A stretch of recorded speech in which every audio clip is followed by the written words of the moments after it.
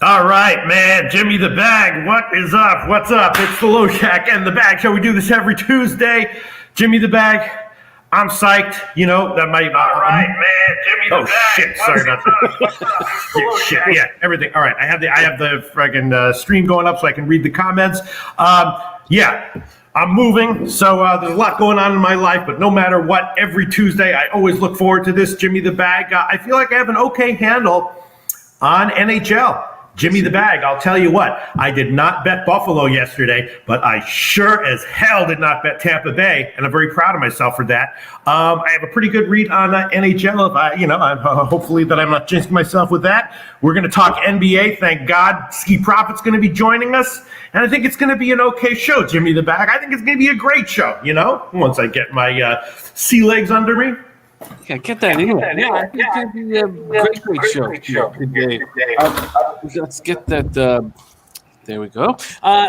Pete has started out very, very strong in NHL. On our first Tuesday together, he lost on the Knights team total under 3.5, which put him a little bit behind the 8 ball. But he fixed that very quickly by going 5-2 last week. 5-2.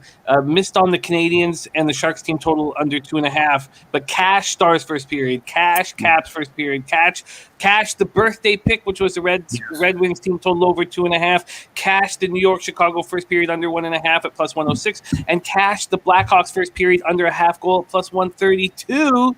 So you're sitting here 5-3, up 1.69 units with a 21.13% ROI. Yeah.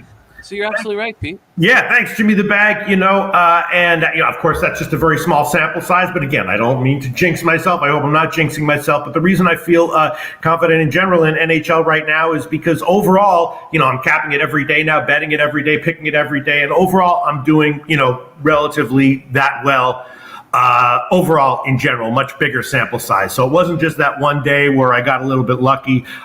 So we'll see. We'll see if I can keep it up. But right now, I feel confident about my picks and opinions in NHL. NBA, completely different matter. And of course, baseball, we've talked about this for years and years and years. The postseason in baseball is fun. First few rounds even have some great value, but the World Series, I usually just pass on, but we'll talk about it.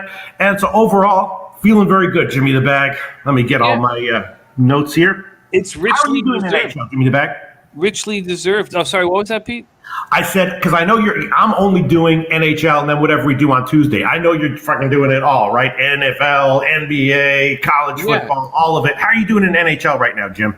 NHL right now, I'm 20 wins, 19 losses, 51.3% plus 2.15 units, ROI plus 5.51% with an average line of plus 107. And I'm just being too conservative. I had almost pressed the button on the the Hurricanes -1. And I was like, I have this rule so far this year that I'm trying to stick to, where that if I get a money line at -115 or better, just take it. Don't force the -1 on it. So then I did take the money line, and then I added the over 6. My thinking was, because I knew the Leafs were in a possible bounce back spot, so it was just, if the Leafs were going to win, this game was going to go over. There was no way I could imagine the Leafs winning the game and it going under. So I felt like it was sort of a hedged bet. But when you hedge a bet with two -115s, right? Well, I went 1-1 and lost a little bit of 2. So I was a little upset about that. Paco Healy says, Jimmy, can you please touch on Tampa Bay Pittsburgh game line movement, full point to the under and movement towards Pitt? You're absolutely, Paco, we're going to hammer this. We're going to destroy this. There's iHeavy08 with a $4.99 dono. Says 3-0 NFL Sundays, hit big on the Colts. Best of luck this week. iHeavy, thank you so much for the dono, and thank you for your continuous support, my man. That means the world to me.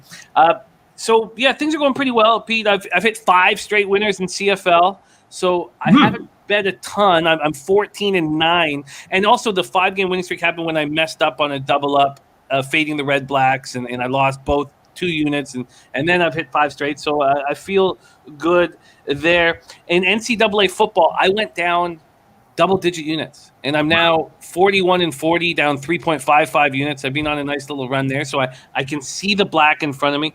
In NBA, I've gotten too cute in a couple spots. So I'm upset. I'm 6-7 at 46.2%, down 2 units on the year. But our NBA experts, which has been Dutch Boy Fresh, Trot Wam, and it's Derl, and we have Skee Profit making his debut here with us for this season, although we've capped with him for many years. They are 10 wins and 4 losses, up 6.28 units. Wow. NBA experts. So that's just phenomenal work. And Dennis Garcia says, I've swept 4 of the last 6 CFL weeks. That's incredible. So shout out to everybody joining us. We got a ton of work to do, but not an overwhelming amount of work. We have 13 games we're capping on today's show. So we can dig deep, we can dive in, and it shouldn't take us too long. Dan Kelly says you should get on the Browns now. So the O-line, most important part of the Browns, and all of the starters are back and healthy. And then he says, do not tail me when I'm on the Browns. So, okay. There's my guy, Dan Kelly. I love him. Let me pop that up right here. Henry Dice says, wow, I will never bet the Lightning ever again. By the way, Braden Point and Steven Stamkos were both -4 last night. I was going over their lineup, and I was like, wait a minute, this team won the Stanley Cup? It's so hard when you lose your very talented third line, because you have to give everybody raises when you win another cup, and it's tough to keep everyone together. And then Kucherov, we know he's the straw that stirs the drink. The guy is he plays bigger. He's bigger than his size. He's a soft-handed scorer who will punch you right back in the face. He's a Russian. When's the last time you saw a Russian that was just like a pussy ass bitch? I mean, you just don't see them. The Russians are generally tough. I'm sure they're there, but they don't put them out to the public. That's for sure. You're right there. Give me the bag. J Dub, Luchase Fox, Michael Irvelina, North Ender, Real Deal Prime says knock knock. Who's there? The defending Stanley Cup champions. The defending Cup champions. Who? Sabres hockey.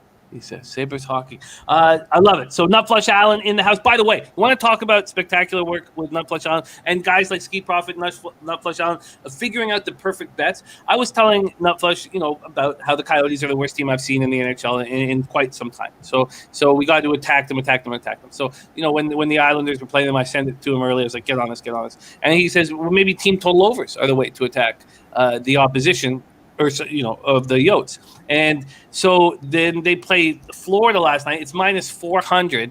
So I stay off the game. You know what Nutflush Allen does? He takes the team total over 4.5 at +145. Yes, I saw that. I jumped on. That was one that I did jump on immediately when it came out at -300. I took the -1 line. I knew the line was going to move. I knew I'd want to be on it. I did see the team total at 4.5. It had been the old standard 3.5, which I've been taking a lot of those in those games. I probably would have taken it. I did stay off of that 4.5. That's a very interesting take. I just thought that if they lost, it would have been okay, and it was closer than a lot of people expected. I thought, but at the line that at -300 when the line was that, and at the -1 line at the time, I thought it was a good play. I bet sized appropriately, so if it had lost, I would have been okay with it. But yeah. Hell, shout out to Nutflush Allen. I mean, when you have a team that's bad defensively and offensively, you can kind of double or triple or quadruple up. How bad? Oh, we can talk about it. But I mean, are the Yotes just an auto fade team in all ways, shapes, and forms now, including? No, I think they're going to be live in first periods. And I don't think they're an awful offensive team. Mm-hmm, right. They're just their goaltending is atrocious. Right. And if you want guys like Clayton Keller or Phil Kessel to use odd man rushes to their advantage, then you need to get big saves, and they just aren't going to get them at this point. And so no, I do think that their team's going to be overlooking them, and they're going to be live in first periods. The reason, I thought about that team total over. The reason I didn't take it is just because in a regular season game like that, you don't necessarily know what the real motivation is going to be late in the game, and something could, unexpected. I don't like to be surprised by motivations that, I like to be able to make an educated guess as accurately as possible on a team's motivations. And for a game like that, when they're a massive favorite, you just don't know how motivated they're going to be. And in fact, if the game hadn't been close, maybe they would have let up a little bit. If they didn't let the foot off the gas in the third period and allow those 2 goals, you're absolutely right. They wouldn't have had the empty netter. I've never taken a team total over 4.5 my entire life, so I can understand the trepidation around it. There's the Sweaty Butcher. Keep an eye out for his prime cut plays of the day. I certainly will. Mark Schillingberg, Ralph Portwando, Gerardo Hernandez, Series Business, Matty Ice Star, the tank play of the day. Maxwell Smart, Maxwell Smart in the house. By the way, Max has his NCAA futures looks, NCAA basketball future looks up on Pub Sports YouTube page right now. Check them out. They're fantastic. Birdie, Viper, Topset, Eric Rosas, Dennis Garcia, Cindy Plays Horses, Gary Malone says Dutch Boy Fresh has nothing on Loshak. That's how sharp you're looking today. Yeah, thanks very much. We're making a few changes here and there. Tommy Gunn, Ricci. We have a great group. Paco Healy, Fat Wally, Astute Chaos, Guillermo Zertucci, LJ from H-Town, Arthur Mead Jr., Slatsy says Weber is at the game tonight in the dressing room to see the boys. Interesting. Seattle isn't very good. Suzuki and Caulfield so do. Look, Suzuki's going to be heavy. He's going to have heavy hands for a while, I believe, with that contract around his neck. And he's looking at the under. Dommy Gunn says Braves been partying last few days. That win over the Dodgers, in my opinion, is tough to do it again, I believe, is what he was saying there. Okay, and then Matty Ice talking about the Braves versus lefties. All right, let's get right into it. Thank you guys so much for joining us. David Summers, Tony Cobbs, Rob Garvey. It is time to get and Dan Kelly says Jimmy's analysis on Sunday morning put me on a great live bet Sunday night. Grabbed the over 43 in the second quarter. Yeah, the Sunday night over was fucking glorious. I mean, there was a couple times where I was like, oh shit, they're really slowing down. But everybody saying that it was going to be a monsoon out there. That the Sunday nighter and the Monday nighter saved my week. It's still in NFL. It still wasn't good. But those catchers were great. All right, let's get to work, Pete. And we'll start with Ron Crawford leading us in spreadsheet play of the day for Ron Crawford is the Houston Astros. Houston Astros. Let's get it started there with our guy, Ron Crawford.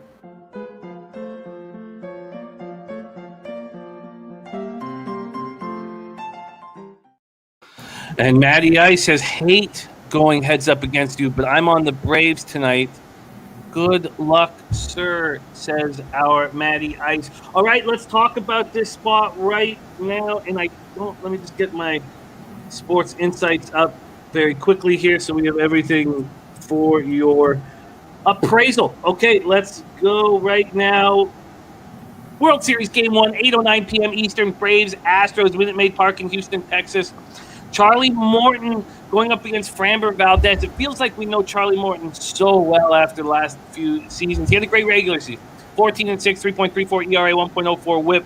In the postseason, he was 7-4 with a 4.39 ERA, 1.36 WHIP, 74 innings, 86 Ks, 30 walks. In the postseason, he started 3 games. He's been good. Not great, but he has been a good 0-1, 3.77 ERA, 1.26 WHIP, 19 Ks and 14 in a third. We're getting a lot of sound from your audio, Pete. I don't know if you can do anything about that. What do you mean? What do you mean? Yeah, it's gone. You just fixed it. Okay, thank you. Oh, okay. Absolutely. At home, 6-3, 3.61 ERA, 219 opponent's batting average. On the road, 8-3, 3.06 ERA, 185 opponent's batting average. And he's trusted. He's good. He bends but doesn't break. But he doesn't seem capable of being spectacular or ace-like. Framber Valdez on the other side, 11-6, 3.14 ERA, 1.25 WHIP on the season. His postseason has been extremely interesting. He did not look good against the White Sox. He did not look good in that early start against the Red Sox. But then he came up in a huge performance in Game 5. 8 innings, 3 hits, 1 earned run, solo shot, 1 walk, 5 Ks, and a 9-1 win. Versus lefties, 225, 717 OPS. Versus righties, 219, 626 OPS. And the Braves are smashing lefties. Exactly what Matty Ice said. 321, 935 OPS. Astros versus righties, 267, 771 OPS in the playoffs. Both bullpens have been very good in the postseason. Lou Chase Fox says, remember that the Braves knocked the Astros out of the playoffs every year for like a decade. Says Astros will run it up. All right, let's set the table here for Pistol Pete and see what he thinks of this spot. At Pinnacle, the Astros opened up at minus 135. They're now at minus 130, a 5-cent move there. From the first 5, it opened up at 8.5. It has moved down to 8. In the first 5 innings, it opened up at 4.5. Now the over 4.5s are at nice plus money. And from a cash flow standpoint, Pete, we have 9,885 tickets in. 22% of the tickets on Atlanta, but 49% of the that's spread. Excuse me, that's spread. My fault. 53% of the money line tickets on Atlanta and 31% of the cash. So looks like the sharp money is on the Astros here, and then 43% of the tickets on the over and 73% of cash on the over. Pistol Pete, take it away. Yeah, I mean, this is an interesting series. I haven't bet it yet. Statistically, and I'm talking about purely statistically here, the Braves, I think, are a little bit undervalued right now. According to my numbers that I've looked at, it should be about 50-50, and the Braves are a bit of an underdog. And, so if I were going to bet the series, I might take a shot with the Braves in 6 or 7, which would be about plus 275. So if the Braves win it in 6 or 7, it pays about plus 275, which is nice. Historically, the home teams tend to do very well in game ones, and I like Houston here as well. So if I was going to bet the Braves on the series, maybe I'd wait until after tonight to see if Houston wins, and then maybe take a shot with Atlanta in some way. Valdez is a tough one. He gets a lot of grounders, and it's hard to hit. It's hard to get lift off of his pitches. When he's on his game. So I would expect him to have a pretty good start here. And both bullpens have been excellent so far, and so that's nice. If you gave me a free bet on the game, I would take Houston, and then if you gave me another free bet after that, I'd probably take a shot with maybe Atlanta to win the series, or Atlanta, in 7 after tonight if Houston won, something like that. But I'm not going to bet it, I'm not going to make an official play on it. But I vaguely agree with all the people who are saying that they like Houston tonight, and I've seen some comments saying they like Atlanta in the series as a dog, and I would vaguely agree with that as well. Jimmy the Bag. Let's see what people are saying here. Defensive. So these guys on Astros are on a reverse angle, or do you just think the Astros have better pitcher and lineup tonight? I like Fan likes Morton and the Braves. I think that the Astros have the best offense in baseball for sure, and that can overcome anything. That's why they should be a small favorite, I think. But I'm not going to have a bet on this one. Let's see what people are saying here. I have some interest.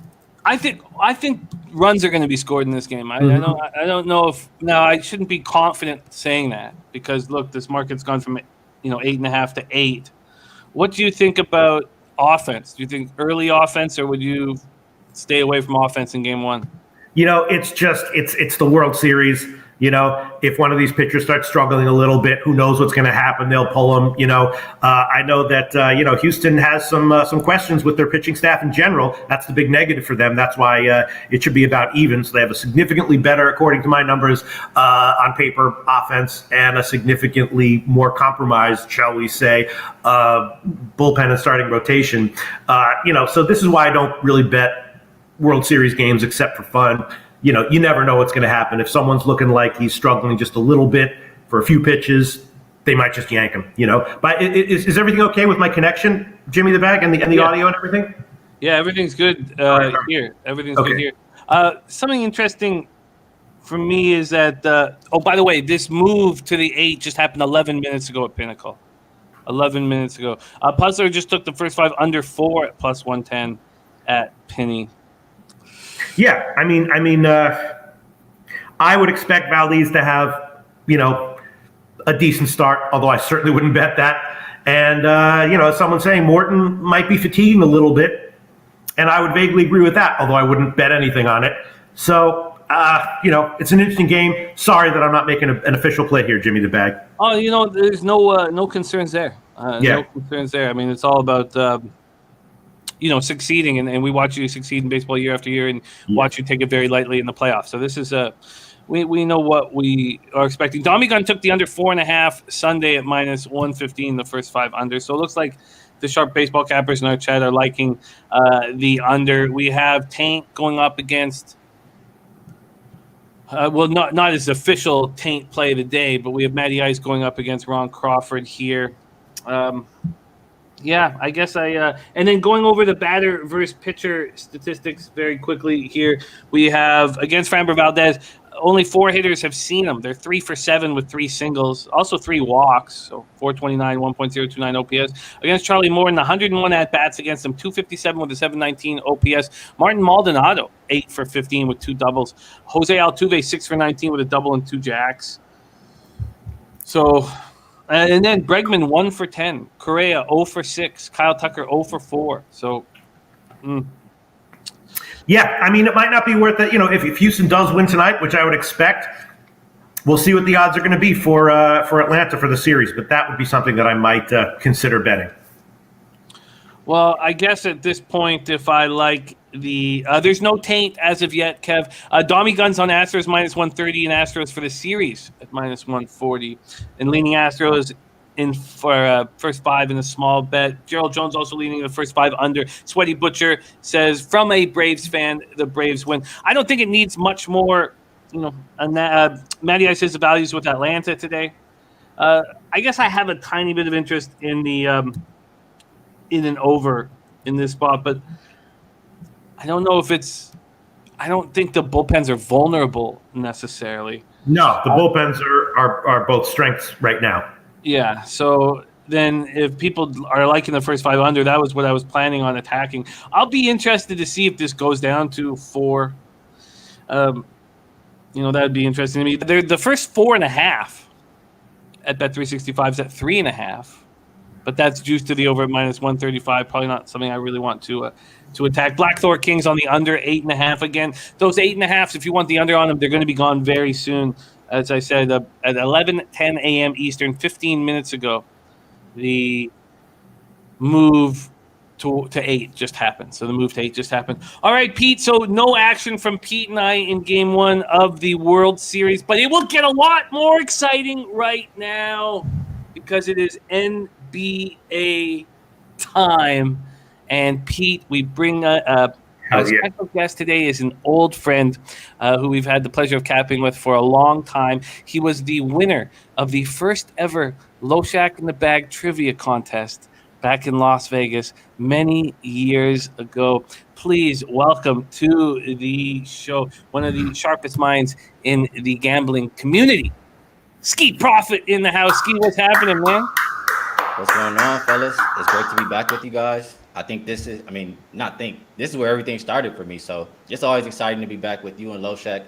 And man, Loshak was looking real fresh. He took his glasses off. Oh yeah, maybe I can try and keep up. It's kind of like handicapping. Some of our picks are okay. Some of our picks are just killer, and some of my looks look great. Some of my looks, a little bit more questionable. But yeah, I like the look today. I think today is very solid. Thank you. Okay, well, let's get to work. Let's get to work right now. Skee, thank you so much for joining us. This is fun. Real quick, Jimmy, my bad. Before we start NBA, can I say one more thing? Yeah, of course, my man. I just want to appreciate you guys a little bit. I know we had the video and everything, but specifically, like, I was the guy who wanted nothing to do with MLB. I'll walk in my friend's house and tell them, turn this shit off right now. Like, I don't want to have anything to do with it. I learned all of it, like everything I kept, all the stuff I do in MLB from you guys. And I'm thankful. Like, I've hit over 60% my last 45 MLB plays. For real? I wouldn't even be betting if it wasn't for you guys. So I appreciate you guys. Oh, man. That's the biggest compliment I've gotten in years. Hell yeah. Skee Profit. Yeah, but I mean, that's what, I was the same way with NHL with Jimmy the Bag. And, learning from, like, when I would watch handicapping videos or read handicapping articles when I was younger, it wasn't for the picks. It was for the thought processes. And that's, you obviously did the same thing. So absolutely. Skee Profit. Hell yeah. Thanks so much. Yeah, Skee, it's a treat to rock with you. And those of you who have been with me for a long time know that I love how Skee takes in information and then with the analysis, he bets in a manner that I think is as sharp as anybody in the industry. And we see that in horse racing. I mean, I see that with Skee and horse racing, how the way he deciphers the situation and bets it is as good as anyone that I know. So we are very thankful to have you here on the show, Skee. Let's get right to work. We have some fascinating spots here. So this is how we're going to do it. I'm going to introduce the game. I'm going to throw it over to Pistol Pete Loshak for an idea what he's going to do, and then he's going to hand it over to you, Skee, for the expert analysis. So let's start with Sixers. Knicks, 7:30 p.m. Eastern. Sixers 2-1, 2-0 on the road at the Knicks, 2-1, 1-1 at home. We're at Madison Square Garden in New York. Both teams were off Monday after playing Sunday night. Sunday, the Knicks shockingly lost to the Magic, 110-104 at home. They had just beaten up the Magic in Orlando, 121-96 on Friday. Terrence Ross scored all 22 of his points in the fourth quarter, most fourth-quarter points by a player in franchise history for them. It's amazing what Terrence Ross can do when he cares. If he only cared more than 5 or 10% of the time. Nerlens Noel is questionable with an injury. On Sunday, the visiting Sixers beat up on Oklahoma City 115-103. Seth Curry scored 28 points. Joel Embiid averaging 21 points per game, but listed as questionable to go with knee pain. Andre Drummond has looked very good in those first 2 games and then sat out Sunday with a right ankle injury. He's listed as questionable to go. We know that Ben Simmons is out with hurt feelings, and Shake Milton is still dealing with a sprained ankle. This is the market here. The total opened up at 218 at Pinnacle. It's now down to 217, 216.5 at other spots. And this opened as the Knicks -1. It's now -1.5. And from a cash flow standpoint, we have 3,682 tickets in. On the spread, 64% of tickets on the Knicks, 83% of the cash. And then on the total, 40% of tickets on the under, but 63% of cash is on the under. Pete, how are you looking at this spot? Got to be thinking, Philly's an impressive team, despite all of their issues internally, but they can be beat, right? And the Knicks, coming off of what happened in their last game, got to be thinking Knicks. Maybe if you want to get cute first half, but got to be thinking Knicks. No? Skee Profit? There we go. I was having trouble with the mute button, but yeah, I would kind of be leaning Knicks here. For one, and I want to start off by saying a lot of the way I handicap NBA is last 5 game stats. As far as handicappers, we're always trying to find change, and that's how I do it. So without 5 games to play, I'm a little bit hesitant, but I'll try to find some spots today. So with the Sixers, I know they're not going to have our Drummond is game time decision, Embiid is game time decision, Milton out, Simmons out. So without Simmons, that's going to hurt their perimeter defense quite a bit. And just looking at how the New York Knicks have been playing basketball, last year, 32% of all of their field goal attempts were 3-pointers, and they made a little bit under 40% of them. They shot really well. This year, they're shooting even more threes. It's up from 32% to 45% of their attempts. So pretty much half of their shots are all threes. And so they're making 37 or 38% of them. And if Philly is just giving them open 3 after open 3, that's how you kind of get blown out in a game. And New York coming off of a loss to Orlando, New York at home especially, that's where they were good at last year. So if I'm going to play this one, it would probably be like a Knicks team total, or I would be leaning towards the Knicks first half at the house. Yeah, I'm capping the cappers right now. Sounds to me like it's more than just a lean. Why wouldn't you love it or at least like it a lot? The status of Embiid. If Embiid is out, I will like it a lot. They won't be able to rebound, and they're just going to struggle to keep up. If New York is making their shots, I don't see how Philly scores as easily. So if Embiid is out, it will likely be one of my plays, New York on the first half. Dan Kelly says, I'm a bit worried about Kemba. He looks like he might have lost a step. Dutch Boy Fresh says Rose is a better option than Kemba. What do you think of what you've seen from Kemba Walker so far? I'm not a fan of Kemba Walker. I think he makes the Knicks worse in general. Like, he's a liability on defense. He's always injured. I'm not a big fan of him in general. No secret.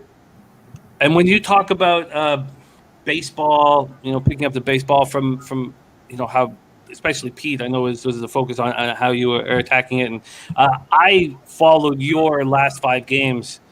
I've followed it so closely. It's been like I had trouble with totals until I watched you focus on the last 5 games. And I was like, it was like seeing the light for me. So it's been a huge part of my capping. And I thank you for that, Skee. So, I guess if you have any interest in the Knicks,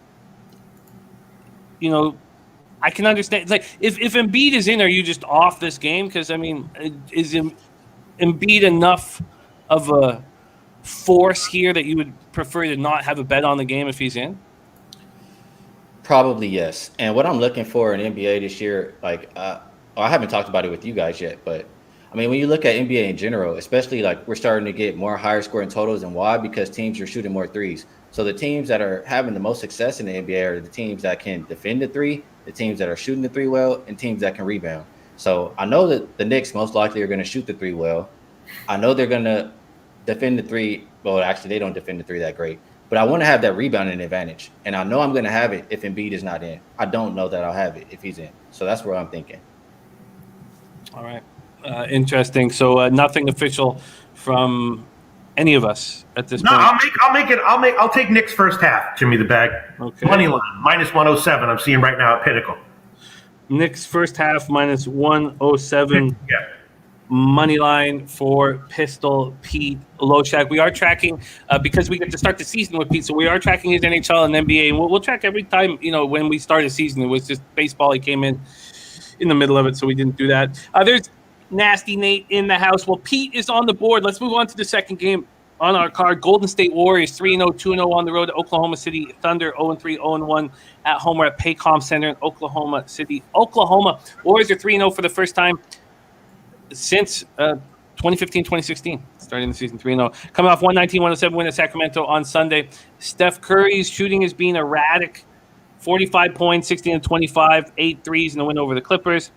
Against the Lakers and Kings, 6 of 23 behind the arc. Iguodala missed the Sacramento game, but expected to be back in the lineup tonight. The Warriors destroyed the Thunder last season, winning all 3 games by an average of 33 points per game. Oklahoma City coming off the 115-103 home loss to Philadelphia, and it was Josh Giddey. He was awesome, man. And I know that the Warriors were hoping to draft him, but they had the 7th draft, and he went 6th overall. 19 points, 8 boards, 7 assists, 4 steals, 8 of 13 shooting. I mean, I can't believe we're talking about a 19-year-old kid here. And Favors will not be in the lineup tonight. He is being rested. So here we go. The Warriors opening up at 9. They're still at 9, although Bodog has moved it to 9.5. This total opened up at 224. It's now at 223.5. And the 7,073 tickets in. So it says that with 81% confidence, the Golden State Warriors will go to minus 9.5. 81% of the tickets are on the Warriors, but interestingly enough, just 35% of the cash. So that's pretty interesting. Then 35% of the tickets are on the under, but 72% of cash on the under. Maybe that's a sharp look. Pete, does anything interest you here? Yeah, this actually was one game that I did hit small on the overnight line. I took the under. I got 224. Now it's 223.5. Maybe it's super obvious, but I was also thinking OKC team total under at 107.5. I didn't hit that yet. Wanted to hear what you guys had to say about it. I mean, it seems like a very obvious play. OKC is horrible. The first 3 games, their offense was in the shitter, and so maybe it's super obvious. But OKC team total under. And the under are lean. Skee Profit, is that too obvious or you like it? I like it. OKC in general, I mean, they're in competition for the worst team in the league with the Orlando Magic. And just looking at their stats so far through, 3 games, I think, they're the second worst three-point shooting team, the third worst rebounding team, second worst defensive team.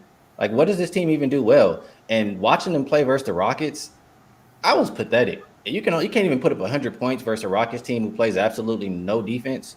So, like, what is there really to like in OKC? So how I'm looking at this game, it could only be Golden State from a side perspective, but I don't want to lay with Golden State on the road. So for that reason, I'll agree with you, Pete. It's just extremely hard for me to see OKC score more than 108 or more points. I think they stayed under 100 2 times, and the one time they scored over 100 was 103. I agree with you, Pete. I think you have a good play here. OKC team total under 107.5. I like it. My only problem is just it seems too obvious. You know what I mean? Yeah. If I'm worried about anything, it's that, I mean, OKC doesn't play very fast because their offense isn't great. They have to take a lot of time off the shot clock to even try to get a good shot. But Golden State will push the pace. Right. What I would be looking for here would be if it's a blowout, they're going to take all the good players out the game. You're going to get that same stinky lineup that you saw at the end of the OKC Rockets game where anybody couldn't make a basket. So I like it. And this one, I can get involved with this one more than the Knicks right now. just because I know OKC is terrible. Yeah, I hear you. Well, Pistol Pete, first off, what do you want to make official here on the show? I don't know if I was gonna. I mean, my borderline play. I did take the under, but if the game goes under, it's then probably the OKC team total under is even better. I don't know if I want to make it official because you're fucking tracking this, Jimmy the Bag. You know what I'm saying? Which is okay. But it makes all these opinions and official picks a lot harder. You know what I'm saying, Jim? I do. And that's I'll roll with you, Pete. It's part of the fun. Just quickly, Matty I says line moving against Golden State Warriors. I have the opposite information, Matty. I have that with whatever 81% or whatever confidence that the line will move to 9.5 for the Warriors. Also, so exciting to have just Derl in the chat. We have Derl. We have Daryl Rice, we got Trot Wam, we got Dutch Boy Fresh, our other 3 NBA experts in the chat with us, which is really, really cool. Thank you guys for joining us. Amali Mal says Thunder is terrible. Skee, is there anything that you want to make official here in the spot? You know, it's hilarious, Jimmy. I watch you do this show with different people over the years, and this year more than others, you're not fucking around, Jimmy. You're getting these official picks. So I'm not gonna come up here and sit and just talk. I like OKC team total under, what was it, Pete? 107.5. Yeah, 107 is the pinnacle. If you shop around, you could probably get better. Last year they only averaged 105 points per game, and this year they look even worse. So I'll rock with you guys on that. Let's do it. All right, I'll make it a bit. I'm just worried that Golden State will be like, let's just run up and down and win however we win in a high-scoring game. Let them score a bunch of points. Who cares? You know what I mean? Well, if Golden State is running up and down, scoring a lot, that means the Thunder are getting blown out in my mind. I don't see a world where the Thunder are running up and down, keeping up with them. All right, I'll do it. 107.5 minus 111. I'll just take the pinnacle line. I won't even shop around, Jimmy the Bag. I'll take all pinnacle lines on these shows. Over 107 or under 107.5. What's the juice? 111 minus 111. Minus 111. And Skee the same. But Skee, I don't mean to. You definitely don't need to have picks on every game or anything like that. If you only have one or two or whatever, or no, I don't want to pressure it. I just, I love the fact that we're the only show that does it. So that's just something that I just really think is very exciting, and I think it will only grow the show because we're standing behind what we say. We don't wake up in the next morning and just get a fresh slate every single day like all the other shows. We have to be accountable for what we say and what we do. And I just find that very exciting and scary and difficult. And look, in NFL, Bebsy and I are doing very poorly right now. Yeah. And look, I've given us till week 10, after week 10. And if we're not, I'm going to let somebody else host that show. I'll just let go of that shit. Because that's part of there's consequences, and there's so many cappers in this industry deal without consequences. There's fucking consequences, man. Yeah, I mean, it could grow the show because people really respond positively to honesty, but it could also shrink the show because people respond really negatively to shitty handicapping. You know what I'm saying? You got to consider that. You know what I'm saying? It's been hurting our NFL show. Trust me. Yeah, I know. People respect honesty, and Jimmy, something like I do a show every day on Spotify, and I don't recap every day on Twitter anymore just because I recap every day on my show, just like how you recap on your show, even though you do on Twitter as well. And I remember something you said, and it's very true. The hardest thing is to wake up and go on a show and recap after you have a fucking shitty day. It is the toughest thing to do, but I'll do it because that's how you're supposed to be in this industry, and I learned that from you guys. We're on it. You're such a quality guy in capping and outside of capping, Skee, and that's just why I've got you for life in capping and outside of capping. We have Pete and Skee on the board here with Thunder team total unders. And Matty Ice says, questioning if there is possibly a new Taint video.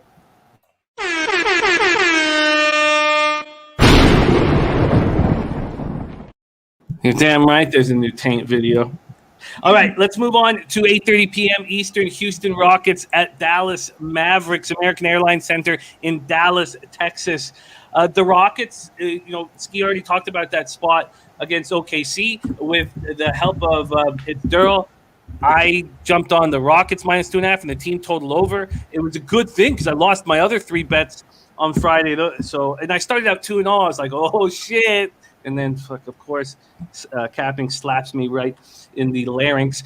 Mavericks come into their home opener after getting destroyed by the Hawks in Atlanta, 113-87, and then beating the Raptors in Toronto, 103-95. Luka did not look good in the loss to Atlanta, but was back to his old self in Toronto. 27, 9 boards, 12 assists. Rockets coming off that 107-97 home loss to the Celtics on Sunday, and Jalen Green,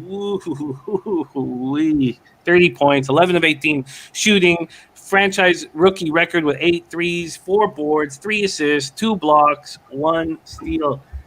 They got a keeper, man. I guess John Wall's 31, but he could be 41 when you watch Jalen Green out there. Okay, so here we go. The Mavs opened up at -11. They're now -10.5. This total opened up at 220.5. It's now 221 or 221.5. From a cash flow standpoint, there is a 80% confidence that the Mavericks will go to 11. So they opened up 11, went down to 10.5. There's 80% confidence that will go back up to 11. 64% of tickets on the Mavs, but 32% of the cash, which is wildly interesting. And then 42% of tickets on the under and 76% of cash on the under. The tickets are on the over in the first 4 games that we're going to cap today, while the big cash is on the under. And then the only game that's not the case is Nuggets Jazz. Let's talk to Pete first. Anything interest you here, Pete? I looked at this. It was a total pass for me. My first thought, though, was that double digits. I'm not so sure about that. I mean, Dallas, that game against the opening game at Atlanta, a little bit troubling. Total pass for me. But my thought was, should they really be a 10.5-point favorite here? And if you gave me a free play, I'd take Houston. But that's my thought on it, Skee. Is the line justified, you think, double-digit favorite? I understand why it's the way it is, just because Houston is not that good of a team. They don't play a lot of defense. But the Mavs look bad. Yeah. Porzingis complaining about his role, saying he wants more responsibility, I guess is the right word. And he looks terrible. Like, we see why they had you out there just being a guy floating on the perimeter shooting threes, because you can't do anything else, or at least that's how it's appeared thus far. They beat the Raptors, but I'm not sure how much I want to put into that.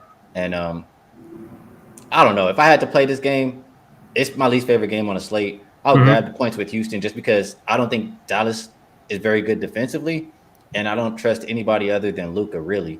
And on the total, I know you said a lot of the cash is on the under, but I just see 2 teams, not much defensively. I probably will play the first half over just in case it was a blowout. And then, so lean first half over 112. And if I had to take a play on the side, it's Rockets, but I'm not getting involved on this game. Yeah, well, Eric Jones loves the over, and a lot of top shelf plays likes the Rockets +11. Viper B 47. I don't trust the Mavs. Just Derl says Rockets should cover. I have a couple questions here. The first off, the reason why I'm not on the Rockets already is just because I just cashed with them on Friday, and I don't want to just go right back to the well because of my recollections of that, how good that felt. Here are the questions I have, Skee. Does this game mean a lot more to the Rockets than the Mavs?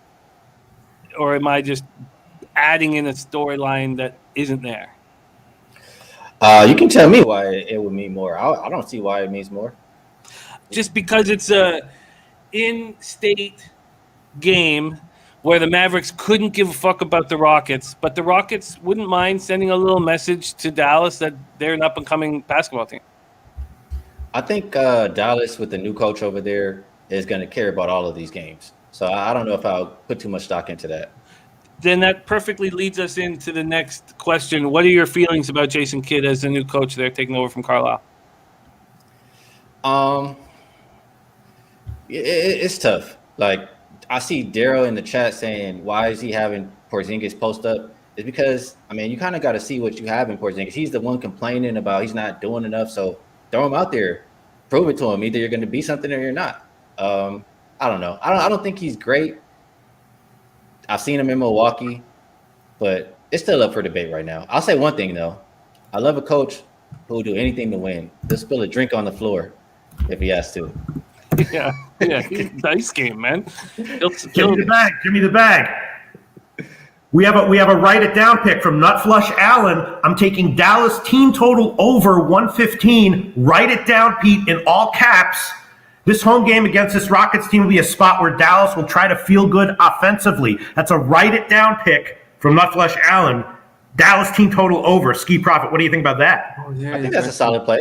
Rockets aren't going to play very much defense. They want to run and gun. They want to get shots up early in the shot clock, and I can see Dallas getting into an up-tempo game. I like that play. If you like Dallas, team total is probably the way to go. So why were the first two games so low scoring? Dallas? Yeah. Let me see. Let me just refresh. They played the Raptors, right? The Raptors play extremely slow. They're not great offensively. They're probably playing down to the Raptors' pace because the Raptors led majority of that game, and Mavs had to come back. In the first game, if you could remind me who they played. It was Atlanta, the one where they got blown out. 113-87. They probably just weren't ready. In a blowout, they take some of the good guys out, and you don't get a lot of those points anyway. So here's a question, Skee, from Dennis Garcia says, ask Skee if he thinks Memphis can beat Dallas for the division. And really quick, that Atlanta game, they got blown out and it stayed under because Nate McMillan is a great coach. He had a great defensive game plan against the Mavericks. So that's why both of those games stood under. I'm sorry, Jimmy. Group handicapping is really working, Jimmy the Bag. I'm going to make the over an official play on this game. Go ahead, Skee. All right, Line Shop grabbed me that while Skee answers his question from Dennis Garcia. It says, ask Skee if he thinks Memphis can beat Dallas for the division. I like Memphis more than I like Dallas, yes. And the reason would be I know Memphis could play defense. They've had that unit together for a while. I know they're really young, but I see them taking a step forward. Morant looks really good, even though I'm not a fan of guys that are not shooters. But they can play defense, and I'll take defense over a team that can't stop anybody. So, yes. I had problems last year. I was going through my numbers. One of my worst spots was fading Dallas against this shit basketball team when Dallas was at home, when I'd get these huge numbers against them. And that's what's keeping me off of doing it here. But I think Dallas is better when you get that when you get them on the road and get the discount. Like, I'm gonna look at their numbers. I have the situational numbers as far as road and home.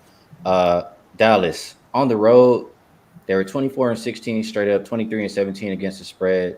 At home, 15-24 against the spread, 21-18 straight up. So that tells me You want the Mavs when you're getting that discount. When they're on the road, you know what I'm saying? You only have to lay a little bit less, or maybe they're a dog. That's when you want the Mavs. You don't want the Mavs when you need them to win by a big margin. Very quickly, Mally Mal says Mavs don't play a fast pace. What you've been watching? Do they play a fast pace or not? So far this year, no. They are third slowest. But like I said, a lot of it has to do with who you play. And that Raptors game, they're going to play extremely slow. And they were losing majority of that game. And if I'm not mistaken, the Raptors were at home. Jimmy, for years we've talked about who controls the pace, the home team or the better team. Right. I say the home team for the most part, and that's what we saw in that game. So you think naturally the Mavs will play a faster pace than what we've seen so far? Faster than the third slowest, yes. Will they play extremely fast? No. But they're usually efficient on offense. Right. We just haven't seen that so far this year. But I think it gets better for sure, Pete. And if they're going to get better against anybody, it's this Houston Rockets team. Right, which is exactly what Top Shelf Plays just said. Houston's going to speed them up. Pete, what's the number you're getting on the over? 221 minus 110, and I'm going to double the F up on this one. First half over 112 at minus 113. Those are just pinnacle lines. First half minus 112 at minus 113. And that's a play I have written down. The first half for both teams, right? Not a team total? Yeah, 112. Yeah, first half. Yeah, I like that. That's written on my paper. Do you want in on that as well, Skee, or are you going to stay off this one? I'm going to think a little bit harder on this one. I like it, but I woke up a little late today. Not going to lie. I need a little bit more time. It's all good. And look, this show starts early where you are in Vegas, so no pressure there. I think that first half over is a little bit more appealing to me, just a little bit, than the full game just in case Dallas is dominating. And, Dallas has not looked great. And, Kid's first game at home, I think that was really nice analysis there, that Kid cares about every game right now, especially his first game at home as a head coach. And some interesting stuff here that I was following from the chat is that where is it? The rookie's going to have a tough time. Someone lit picks says rookie will be cold as ice today in Dallas. Jalen Green under 13.5 points. I love taking the under of a player points after he has a spectacular game. That's a very interesting spot, lit picks. I'm going to have to take more time on this as well, but I do think that your Jason Kidd analysis has changed my thought process and got me off of what I was going to do. And that's what this show is all about. Let's roll on, because next up we have Skee's Lake Show in effect, 8:30 p.m. Los Angeles Lakers 1-2. First road game of the year at San Antonio. Spurs 1-2, 1-1 at home. I've loved what I've seen out of San Antonio so far this year. We're at AT&T Center in San Antonio, Texas. After opening the season with ugly home losses to Golden State and Phoenix, Lakers managed to pick up their first win of the season, a 121-118 home win over Memphis at the Staples Center on Sunday night. Melo led LA with 28 points off the bench. AD scored 22. LeBron James 19. Russell Westbrook 13 and 13. Malik Monk 12. Bazemore 11. James is expected to play on Tuesday despite suffering a leg injury through midway through the game. He still played 40 minutes in the win. He's listed as questionable. No Ariza, no Horton Tucker, no Kendrick Nunn, no Wayne Ellington. Spurs are coming off a rough back-to-back, an unfair back-to-back Friday-Saturday. Opened with a 102-96 loss at Denver before flying home to lose 121-111 to the NBA champion Bucks. And it was the fourth quarter when they were just exhausted that they got hurt. Dougie McBuckets paced the Spurs with 25 points. Keldon Johnson, 20. Cody looks good. Lonnie Walker, 17. Derek White, 14. DeWante Murray and Podol, 10. 29 assists for the Spurs. They just seem well coached. And, we weren't always saying that over the last few years, but right now they just seem very well coached by Pop. He seems locked in with a young squad. Here we go, Pete. Let me set the table for you, and then you hand it over to Skee. Lakers open up as 4.5-point favorites. That's dropped to 2.5. This total opened up at 220. It's now at 223.5. And from a cash standpoint, we have 3,934 tickets in. Sharps are on the Spurs here. 37% of tickets on the Spurs, but 69% of the cash. And we've seen the market move towards them. Then look at this, 51% of tickets on the under. This total's gone up 3.5 points, and 94% of cash is on the under. Very, very, very interesting here. Pete, anything interest you? I did actually hit this one on the overnight line. I hit the Spurs team total over. I got 109.5, and now it's up to 110.5. The Lakers are the kind of team that I kind of would expect them to be a little bit overvalued at home, and then maybe on the road to be undervalued or to have things more even out. And they did lose their first 3 games against the spread. I don't really have a good handle right now on exactly how good the Lakers are right now. Definitely feels like a good spot for the Spurs. So I took the Spurs full game team total over, and I was also leaning, Spurs first half or first quarter and full game as well, getting points. But I just don't feel like I have a good read on the Lakers at the moment. But I definitely took the Spurs team total over. Skee Profit. That's what I did. What do you think of all that? Well, I think that the Lakers are going to play up tempo. And Jimmy, if you could do me a favor and just make sure nobody was ruled out, because I saw the line just drop some more. But well, LeBron was banged up a little bit, but I think he's going to play, right? Yeah, he should play. I don't think he's hurt enough to stay out, but I saw it drop to 2.5. That's just why I asked. But in general, your question, Pete, I know the Lakers for the most part have been playing with pace, and defense hasn't been that great. I don't know. If you like the Spurs, I can understand it, but I don't like the Spurs. Mm-hmm. And I came into this season, I said I wasn't going to bet the Lakers until around this point right here, because for one, their schedule starts to get easier. And after a couple games, I think they start to figure some things out. And then when I saw Draymond and Wiggins were going to have a minutes limit in the opener, I got suckered in and I bet the Lakers open tonight.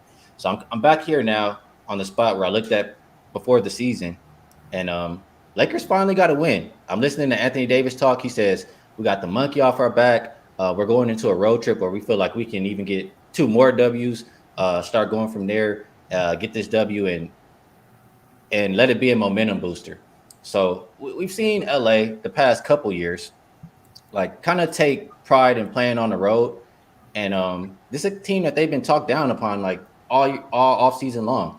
And they started off the season 0-2. They got the 1 win. Now they have a stretch where they play 8 mediocre or worse teams. So I think it starts right here. I think the Lakers start to reel off like an 8-game win streak. And when you're asking them -2.5, I mean, that's pretty much just to win the game. I see, and you could correct me if I'm wrong on this too, Jimmy, but I see a lot of bets coming in on the Spurs. But the line, I don't know. The line kind of seems tricky to me. I like the Lakers -2.5. I just feel like it's a spot for them to smash. They're way better than the Spurs. They have nobody inside. Who is Jakob Poeltl? He's going to guard Anthony Davis and get all the rebounds. Who do they have to match up with LeBron James? Like, name one person who can even slow him down just a tiny bit. They don't have a soul. So I like the Lakers to keep the momentum going, like Anthony Davis said. Who would they play on? Who would Pop play on LBJ? Is Keldon Johnson way too slow? Is DeJounte Murray way too small? I mean, what do you do? Yeah, he's too slow, too small. And who else is there? McDermott? I mean, it's nobody, man.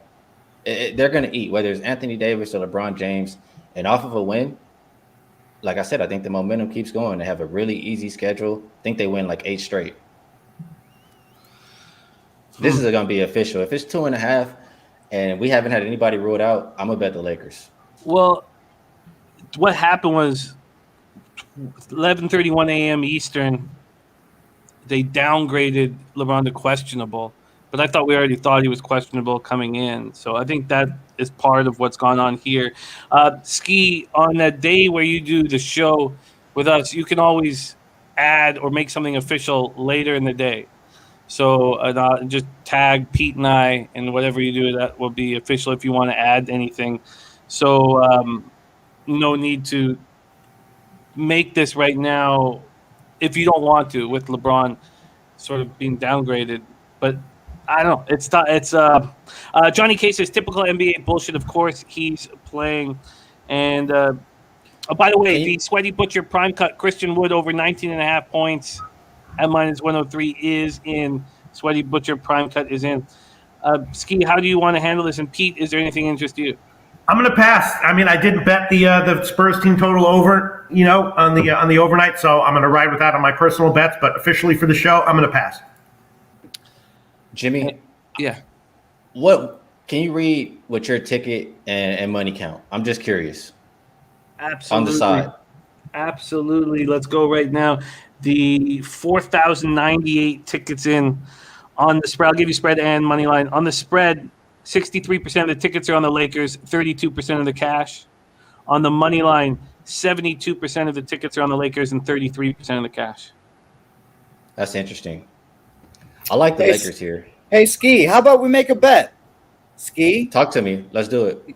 You're a Lakers fan. I'm not a Spurs fan, but I live here. I'll bet you. No problem. I'll give you the 2.5, no doubt. He already owes me a steak dinner, by the way, Skee. He owes me a steak dinner. Steak dinner again. Let's go. Yeah, I'm down. You just tell me what we're betting. I mean, I'll take Spurs plus 2.5. You can take the 2.5 with your Lakers. Steak dinner. You can come along on this steak dinner that me and Jim are gonna have, so we can make it even more weird. We're gonna be eating good, Jimmy. Let's do it. All right, there it is. Even more weird. What the hell's going on? What the hell? How's it gonna be weird? You're gonna be on E, Jose? I mean, I don't think it's gonna be weird at all, man. I don't think it's gonna be weird at all. Okay. Okay. So, Skee, did you want to make? Johnny Case so he's just handing out steaks. Skee, do you want to make sports bettors day in and day out think that like going out to dinner with your friends is weird? Really weird. What kind of weirdos do that? Skee, do you want to make anything official here? Do you want to wait and see? It's no pressure. Yeah, I'm gonna play this one. I'm just gonna take 1 second to see if I want this money line versus spread. And I'm just going to take the spread. 2.5 is kind of just asking them to win. I'm going to keep it real with you, Jimmy. Even if LeBron was ruled out in this game, I still think they can win. I agree. But, then you get the benefit of, a plus money line and things of that nature. So I love those spots as well. But this is great. -2.5 and -108. That's available at Pinnacle. And Skee is on the board here. And I asked you about the money count just because, I mean, I like this game. I capped the game one way. I get that the tickets and money don't agree, but hey, they're not always right. We saw yesterday, everybody, the Sharks love the Raptors, right? How'd that turn out? So give me the Lakers, man. I like it. Skee Profit running hot here. We move on to the final game on the card, 10 p.m. Eastern. Denver Nuggets 2-1, 1-0 on the road at Utah Jazz, 2-0, 1-0 at home. We're at Vivint Arena, Salt Lake City. Utah Nuggets are on the second half of a back-to-back after a surprise loss, 99-87 at home to the Cavs. Jokic 24 and 19, but nobody else on Denver was doing anything. 3 other players scoring double digits. Nobody else getting more than 12. Denver shot 40.7% overall, 9 of 38 from 3, 22 turnovers. They've now turned the ball over 62 times in their 3 games. And Jazz have been off since Friday's 110-101 win at Sacramento. Mitchell 27, Gobert 17 and 20. 2 underwhelming victories to start the year. And that offense that was so electric last year from 3 has not been found thus far. Here we go. Set the table here for you guys. Utah opening up as 7.5-point favorites. They're now 7. This total opened up at 219. It's now at 218.5. 5,409 tickets in. 56% of the tickets on the Jazz, 72% of the cash. Then 57% of tickets on the over, 83% of cash on the over. And it's dropped point, or a half of a point, I should say. Pistol Pete, anything interest you? I want to hear what you guys have to say.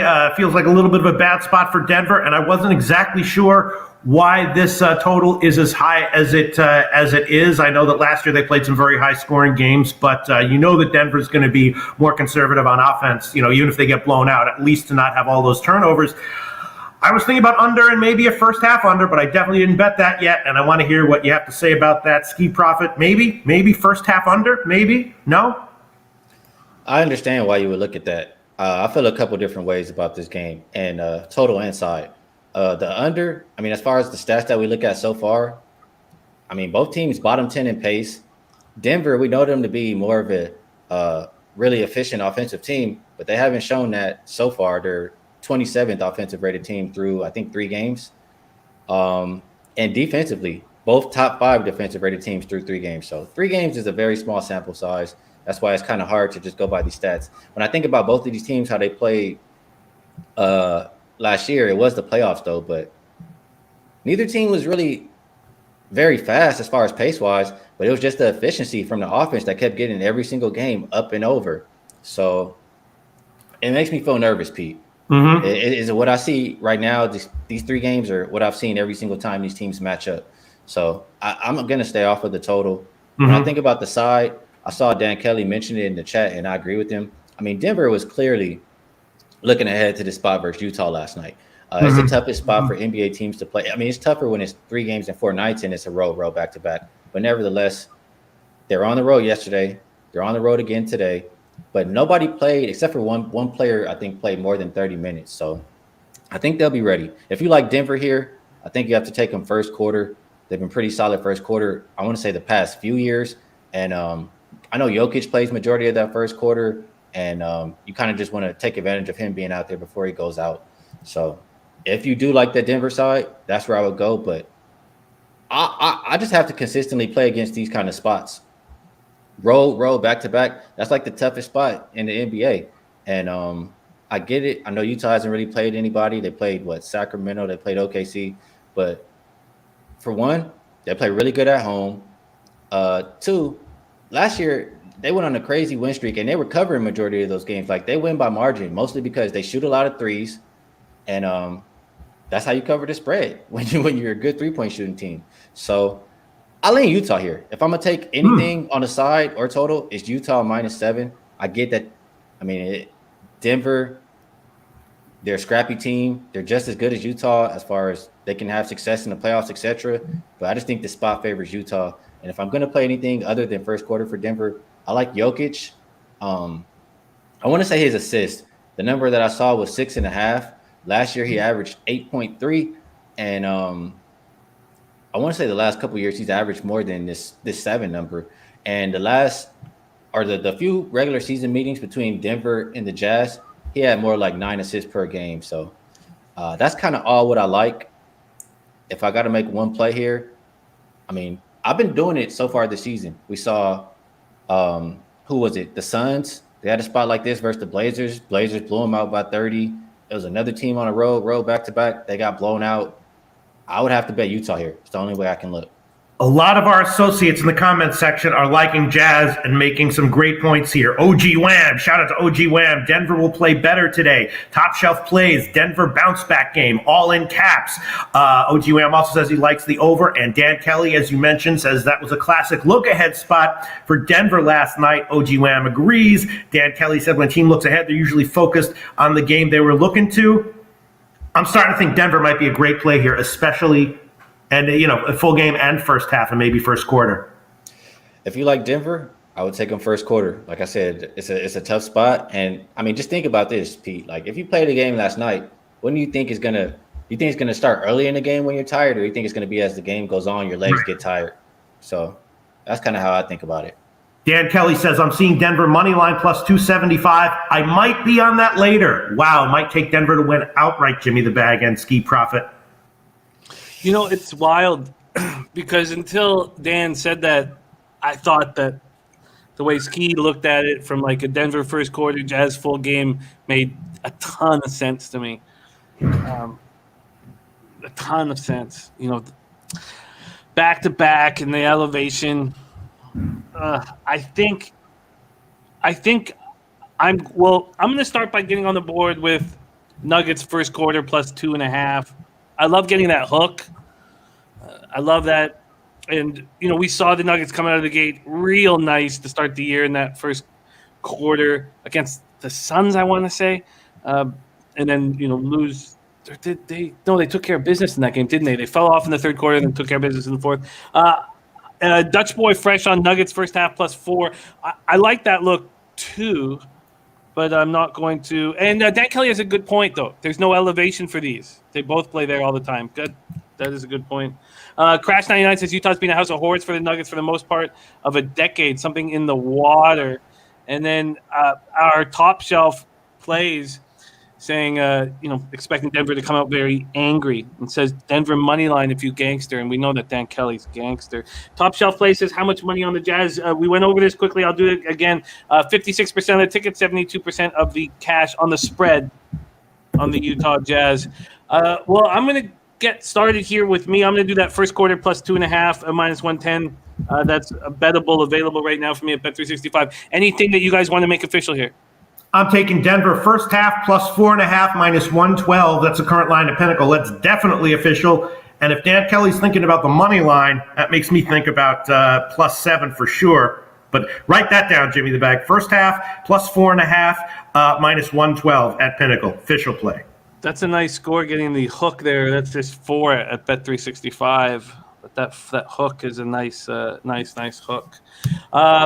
Very, very interesting. And then the passing prop from Jokic is very interesting look from Skee. Skee, do you see a situation like how can you talk to us a little bit about the spectacular confrontation we're going to see Rudy and Jokic going head to head? I think Rudy would get the best of him. I mean, not Rudy. I mean, Jokic would get the best of him. But it's good to have a big body to go out there and throw against Jokic because he's the focal point of the offense. But that's the MVP. I don't see anybody slowing him enough to really stop him. So I think Jokic still has success. I think if you're Utah, you kind of want to get the ball out of Jokic's hand, and that's why I even probably like the assist prop a little bit more. So he had 3 last game, but like you said, it was a look-ahead spot that didn't really take too much into this Cleveland game. I think he'll have a better performance tonight. And like I said, in the regular season, closer to 9. So I like it for Jokic. He's kind of like the point guard, point center, if you got to say, for the Nuggets. Yeah. Derl saying Jazz went on a 15-game tear where they covered the spread. Yeah. They're a great team right before the All-Star break. Nathan certainly giving us a final score of 120-105. Top shelf saying the Joker's going to go to work. So are you staying off anything official here, Skee? Yeah, I'm gonna be honest. Like I told you guys before the show, a lot of my capping, I need at least 5 games to feel extremely confident about a lot of these spots. So I'm gonna wait. My short list for today, I do have Utah -7. and Rockets first half over 112. I made the other 2 official plays here. And if I do add one of those 2 on my short list, I'll tweet and tag you guys. Beautiful, beautiful. Well, let's review NBA Oh, action. wait, give me the bag. I think I'm gonna join Dan Kelly and OG Wham here, and I'm gonna double up. I'm gonna take Denver +7 -103 as well. That's also at Pinnacle. And I was leaning under. Astute Chaos says, Pete, I'm on the first half under 110. The second half could go over. OG Wham likes the over. I'm gonna hold off on the total though, but I'm gonna double up on Denver. So this is what we have as official right now. Pete, first half money line -107 for the Knicks. Put that in here. In a bounce back spot. That's a real interesting look. Then we have both Pete and Skee on the Thunder team total under 107.5. Then Pete has double up spots on the over in Houston, Dallas, over 221 at -110 and over 112 at -113. That first half over I find very interesting. Then Skee back in the Lakers -2.5 at -108. The Butchers prime cut from our sweaty Butchers, Christian Wood over 19.5 points. That's obviously in the Mavs Rockets game. And then the first official look. The first bet. Now, I love this because I get the benefit of sitting here and watching this again and going over everything while I just listen to Skee and Pete. And so that's what I'm going to do after this show. But what I am going to do is I'm going to take the Nuggets first quarter +2.5 at -110. Pete has a double up on the Nuggets +4.5 at -112 and +7 at -103. How lucky are we that we get to cap the card with Skee Profit today? You will see him with our Pub Hub crew, 4 p.m. Eastern. Babano, Dutch, Boy, Fresh, and Trot Wam will be alongside. Skee, thank you so much for joining us. We'd like to make this regular. We love you, man. So thank you so much for sharing your thoughts, insights, and hard work with us. And thank you, man. Yeah, thanks for having me. Whenever you need me, I'll come out the bullpen, Jimmy. So just let me know. And if you don't mind, I want to ask you guys a question, and I'll get out of here. Let's do it. Like I told you guys, I learned a lot of baseball from you guys. I'm trying to get into hockey and learn a little bit of hockey. I've been following. I had my guy Josh kind of point something out to me, and I didn't take it on Sunday because they said that they switched it from Fleury to another goaltender. But I'm looking at the next spot, which is tomorrow. It's just really a fade of Fleury, a fade of the Blackhawks. Their defense has been terrible. Maybe all of their goaltenders are terrible, but they're allowing 3+ goals every single game like clockwork. So I kind of want to take it every single time, but I know that the Maple Leafs haven't really been scoring. So I wanted to ask you, do you think that the break for the Blackhawks, like they haven't played in a couple of days, is that going to help their defense? Do you think they're going to be able to start to hold teams under 3 goals? And 2, are the Maple Leafs just that bad that I should just not look at it at all tomorrow? I was very heavy on the Leafs season total under in points. But this is the situation going on right now in Chicago, the way I see it. The Blackhawks, like a lot of NHL teams, lost a lot of money with the pandemic, not being able to fill the seats. In a regular year, I expect that they would have fired Carlton and Stan Bowman already. But it just doesn't make sense with their financials right now to fire them and keep paying them right now. There's no way they can really, it just makes no sense to them fiscally, even though it's just a drop in the bucket, but they can't start making these decisions is sort of how I see things right now. The fact that it's panic mode in Chicago right off the top is nuts to me. They're trying to trade Strome. Nobody wants them. We all expected them to be so much stronger here at the beginning of the year. So to see them with Seth Jones and see them falling apart is interesting. The thing is that this Leafs offense is going to erupt at some point, even if I don't really believe in them. There's just too much talent in that forward group. And then you add Bunting. I mean, I know that they don't have Zach Hyman, but so I think that the Leafs are about to explode. and would like nothing more than to jump all over the Blackhawks. So what's happening in Chicago is sad, and I don't think it will necessarily continue for the long run because their captain's nickname is Captain Serious. He's just not going to allow this to continue. And how is Seth Jones become so weak so quickly? And Marc-Andre, there's just the way I see it, there's too much character with Marc-Andre Fleury and Johnny Taves. And I can't really speak for Seth Jones, although I don't think he lacks character. But there's too much character for that Chicago team just to be god-awful. So it's tricky. And I expect Marc-Andre Fleury to step up and get hot. But you want to do that against a team that may be taking them lightly, not a Leafs team that needs so badly to erupt on the power play, that needs so badly for offense. So, and Eddie Oiler saying Taves is out with COVID. If they don't have Taves on the ice and they have a huge losing streak and they're weak down the middle, and Johnny K saying their forwards don't play any D and they're not accountable. If they have no Taves, then I think it's a must bet on the Leafs, and a must bet expecting the Leafs offense to fire against the Blackhawks. I think you're absolutely right, but I would be weary when there's a team coming in that's playing really good hockey that might sit back and take it easy. I mean, it wasn't that long ago that the Blackhawks had the longest sellout streak in the history of the sport.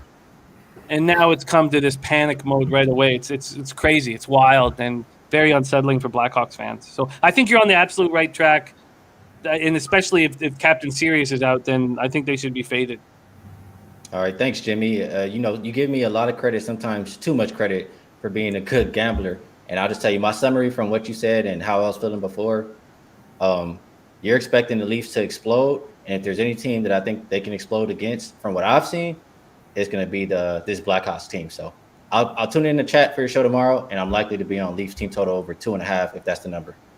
Oh, I think that makes a ton of sense, and we'll probably be able to create a 3 there and get a plus line. And the Leafs have so much pent-up anger right now, and I don't think they're that good of a hockey team. I think they're just an average hockey team, but they have so much pent-up anger. They're thankful to be out on the road, not hearing the press destroy them every day. So Johnny K says Blackhawks first period may be a play, and Nate Dogg says Skee, come to Toronto and appreciate the Raptors in a different view. Skee, we love you. Thank you so much for joining us, my man. All right, have a good day. Good luck to you guys. There he is, Skee Profit. Follow Skee on Twitter at Skee Profit. He's an absolutely great follow. Absolutely great follow. And I just saw this now. My apologies.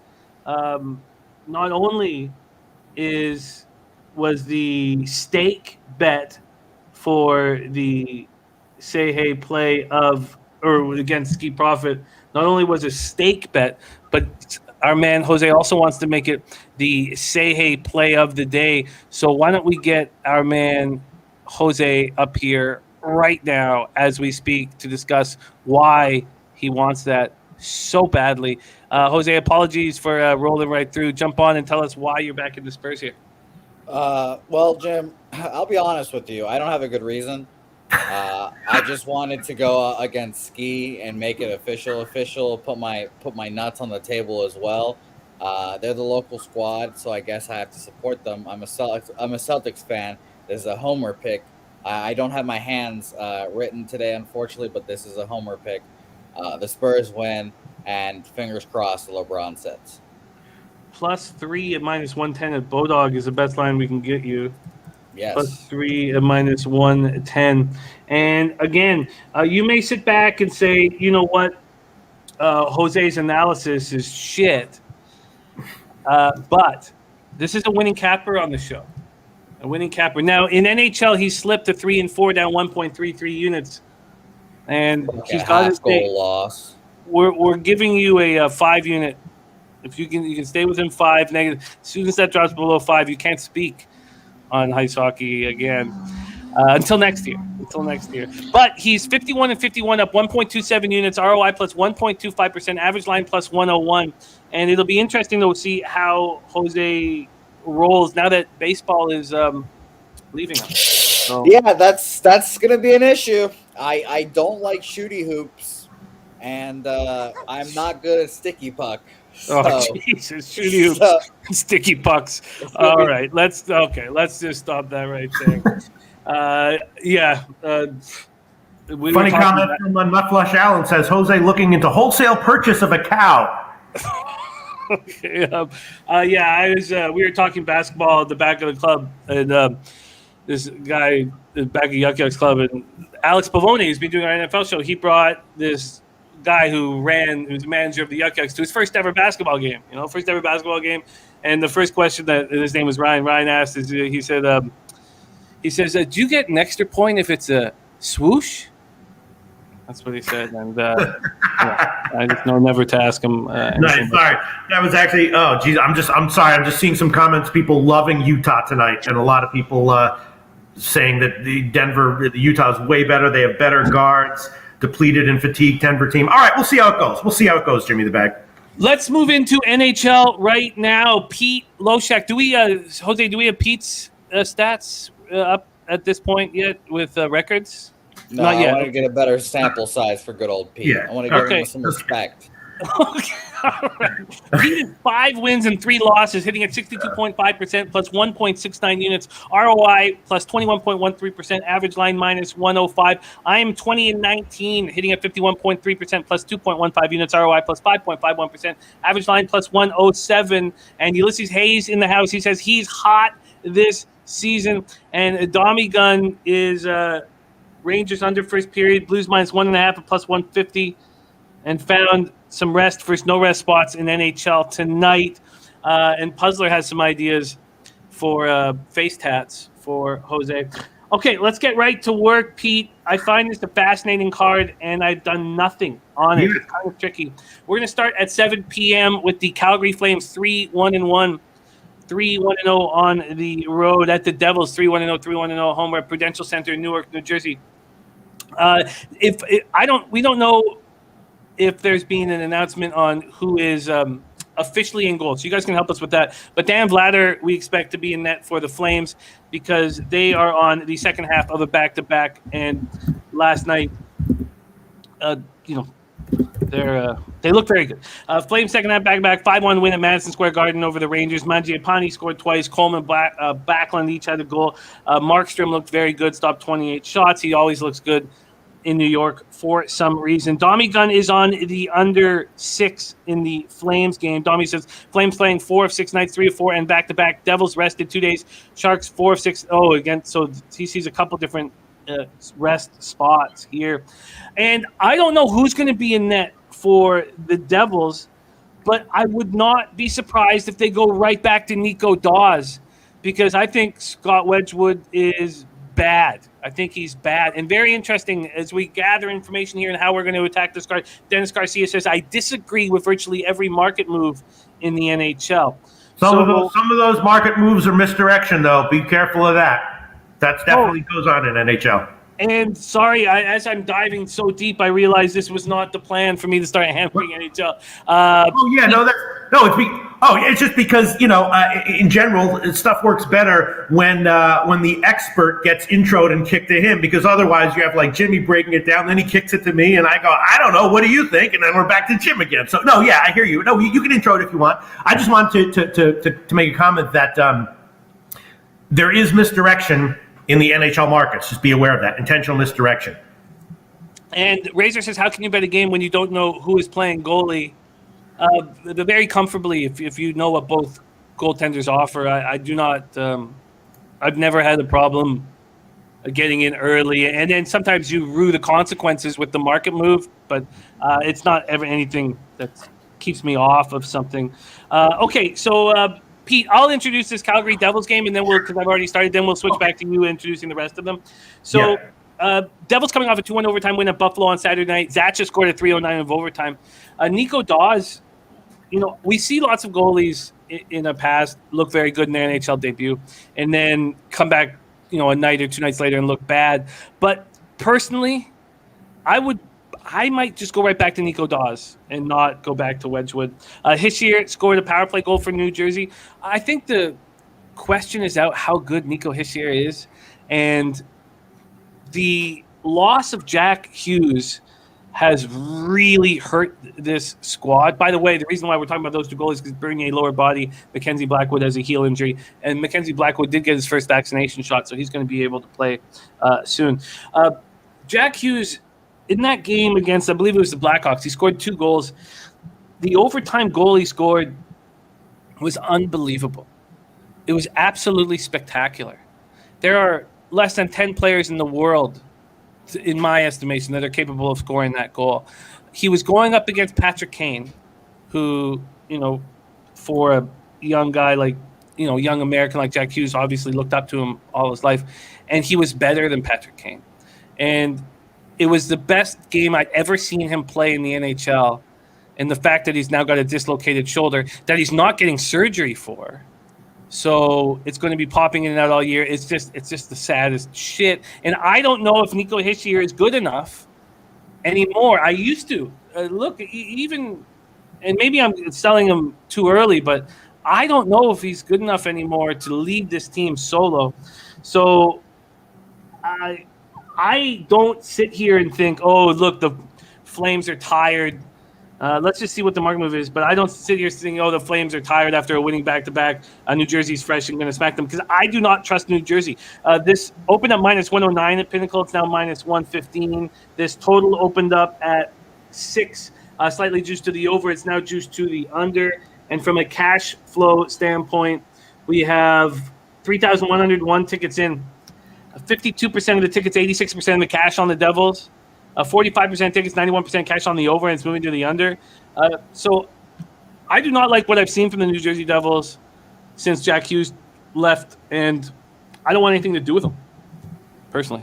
Pete, what do you think here in this Flames-Devils spot?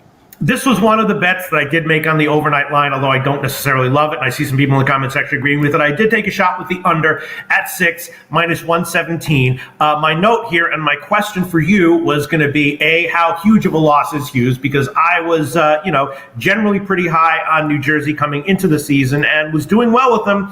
And then, Hughes went down. It's obviously a huge loss. The question is exactly how huge. And then Calgary is one of those teams coming into the season where, there was a wide range of expected results from them. And they've been doing well so far. The question is, how good is Calgary actually? And depending on what you said, I might be considering taking New Jersey, a spot where the market is overreacting to the loss of Hughes and Calgary doing well recently, and maybe a good spot to take New Jersey at a very, very reduced line. But I did bet the under, and that's what I did on this game, Jim. See, I think sort of the opposite here. Mm-hmm. I don't think that I think the loss of Hughes is enormous. Right. And we shouldn't judge his statistical, his stats over the last couple of years, because this is a young top draft pick who's coming into his own, and he's going to be the leader of this team moving forward. I just thought that when they give Hischier the captain that he was the guy moving forward, but Hughes is the guy moving forward. And I think what might be happening here is, maybe they're overvaluing this back-to-back for the Flames. But as Domi says, they're off 4 games in 6 nights, 3 out of 4. So that's why he's on the under 6. When you have a coach like Sutter, like the Flames have, he demands accountability. I mean, this guy's from Viking, Alberta, and 6 brothers. I mean, they all played in the NHL. The arena burnt down, and I believe he built it back up with his own hands. I mean, this guy is one of the toughest coaches in the league, and I don't know. I guess Top Shelf says this game going super under. And Birdie says I'm opposite, Pete. I think the wrong team is favored here. Oh no, I wasn't suggesting that I like New Jersey here. I was thinking about it in my head, and I was going to ask you and people like Birdie. I bet the under, and I was just wondering to myself if that does not go on my permanent record. Things that I wonder to myself out loud in these videos. I'm not on New Jersey yet. I was just wondering to myself if maybe this was a spot for to bet into an overreaction or loss of Hughes. But I haven't bet New Jersey, and I don't necessarily think they are a good bet. I was just wondering about it. And Ulysses, I am writing down your action. That was my line minus 122.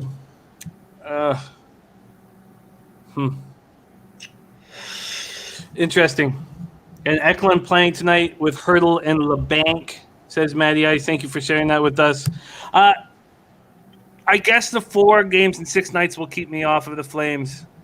But they're the way I see right now, I would even, with Tues out of lineup, they're a much better team than the Devils. That's the way I see it. Like, not better, but they're a much better team than the Devils. And any thought on the under, Jimmy the Bag? I will say that so far this year in the NHL, my sides have been great and my totals have been bad. I'm talking about my own personal capping and picks. So and that will always happen in the beginning of the year, in my estimation. That's why I try so hard, because you taught us how to right. Track every pick. And when I would go back, I'd be like, shit, my totals are bad for 15, 20 games. My totals are best, Pete, when I go heavy up against the market move where I'm like, this is bullshit, this makes no sense. And I have all that kind of, I don't know what the term is. Remo says Nico Jaws, and he said he's not bad. Team played a defensive game on his first start versus the Sabres. Nico Dawes likely, and he's not bad. Okay, I guess I'm going to... I guess I'm going to do nothing at this point, just because it's the 4th game in 6 nights for the Flames. But I think they're quite a bit better hockey team. So let's. Any thought on the under? Say what, Pete? Any thought at all on the under? I can't look. Nico Dawes, if he's in or coming off a great first game and now in the second game, I can't trust that. And then if Wedgwood is in, I think that you would want to light that ticket up on fire. Like I just don't trust Wedgwood whatsoever. And then, what am I supposed to sit here and say? Dan Vladar is a league goal. I don't trust either goaltenders. So I do think that the Flames play defensive style with Sutter in there. So I think that from the team standpoint, the bet makes perfect sense for both teams. It's the goaltending that is enough to get me off of a spot like that. Johnny K says without Hughes, they have to play defense. Agreed. But with their goaltending, I can't trust them. As soon as Mackenzie Blackwood comes back, look, he wants to be in the Olympics. He wants to be a starting goalie in the Olympics. So when he comes back, this will be very different, and it won't be right away. We should not back. Mackenzie Blackwood's got to start rolling. Birdie says that he likes the under, though, so that's a good sign.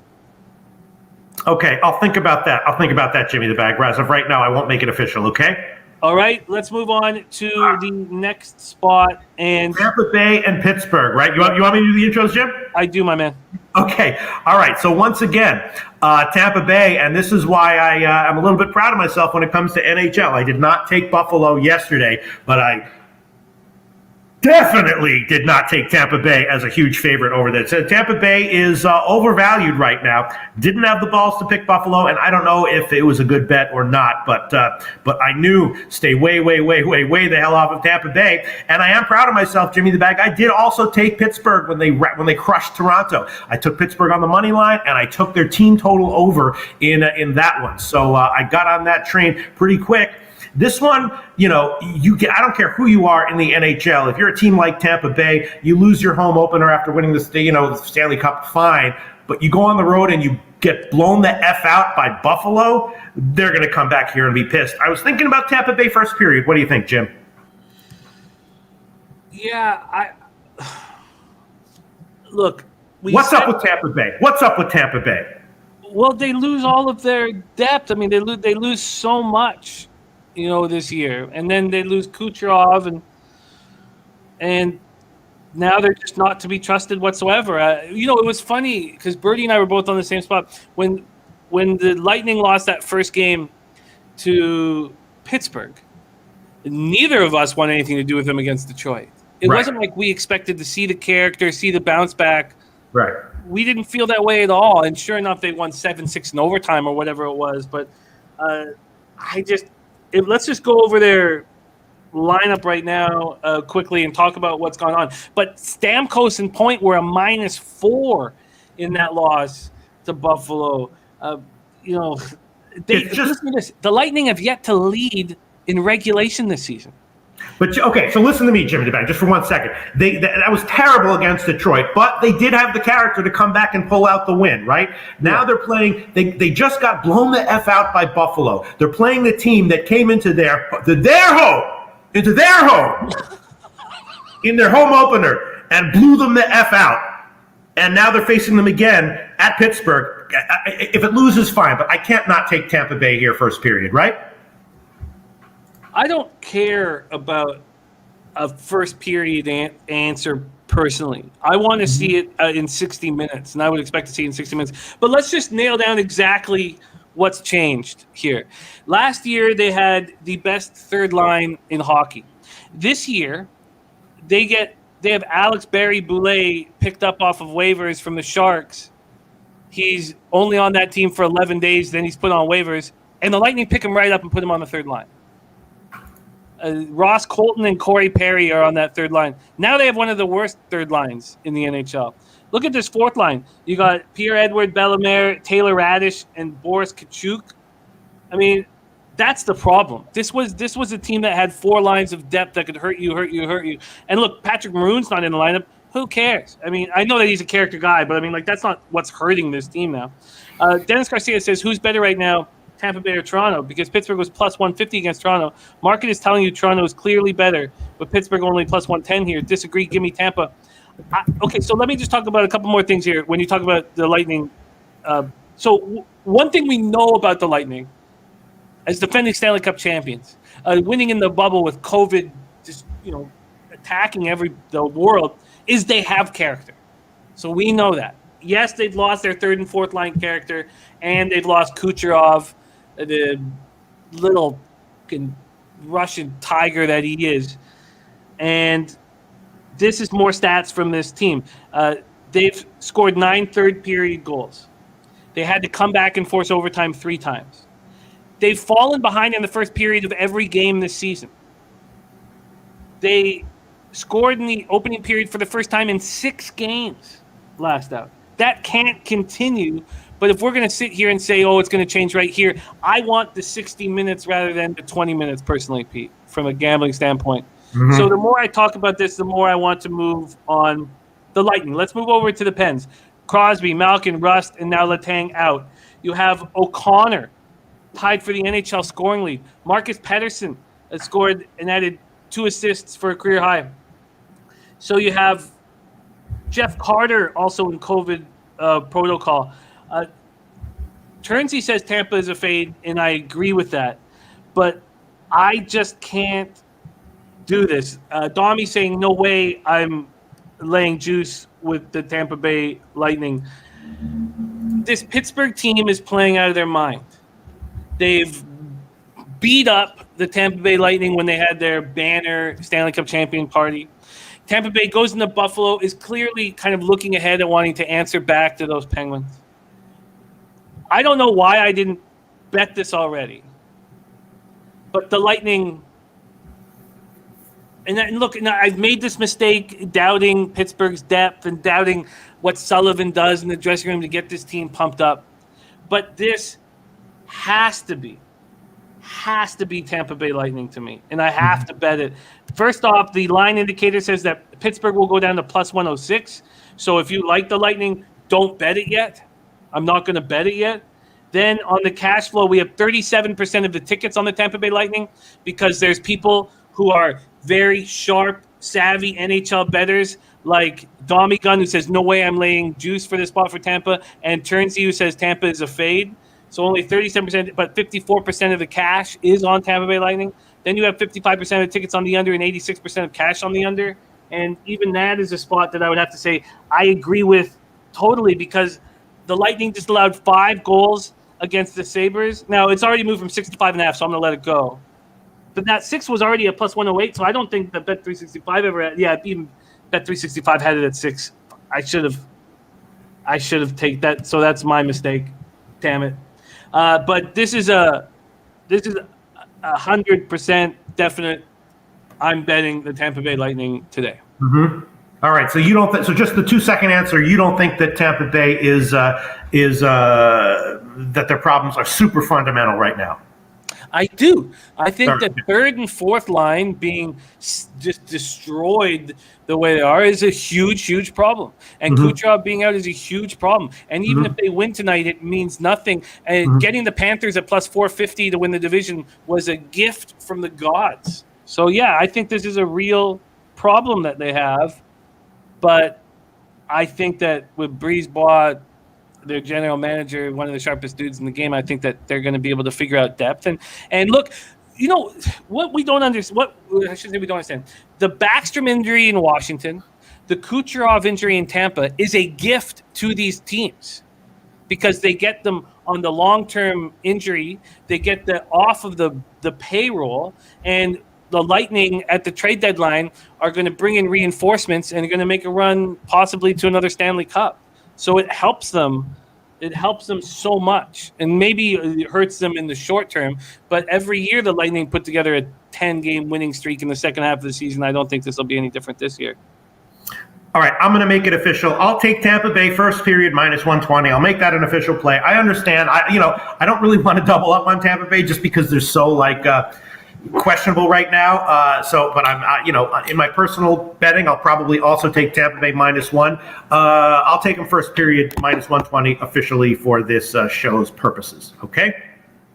Yeah, I like it. And Nate Dogg says Pittsburgh scores goals, take the over. I'm on the opposite side here. I think that Tampa Bay has a very, very tight ship. But look, they're rolling.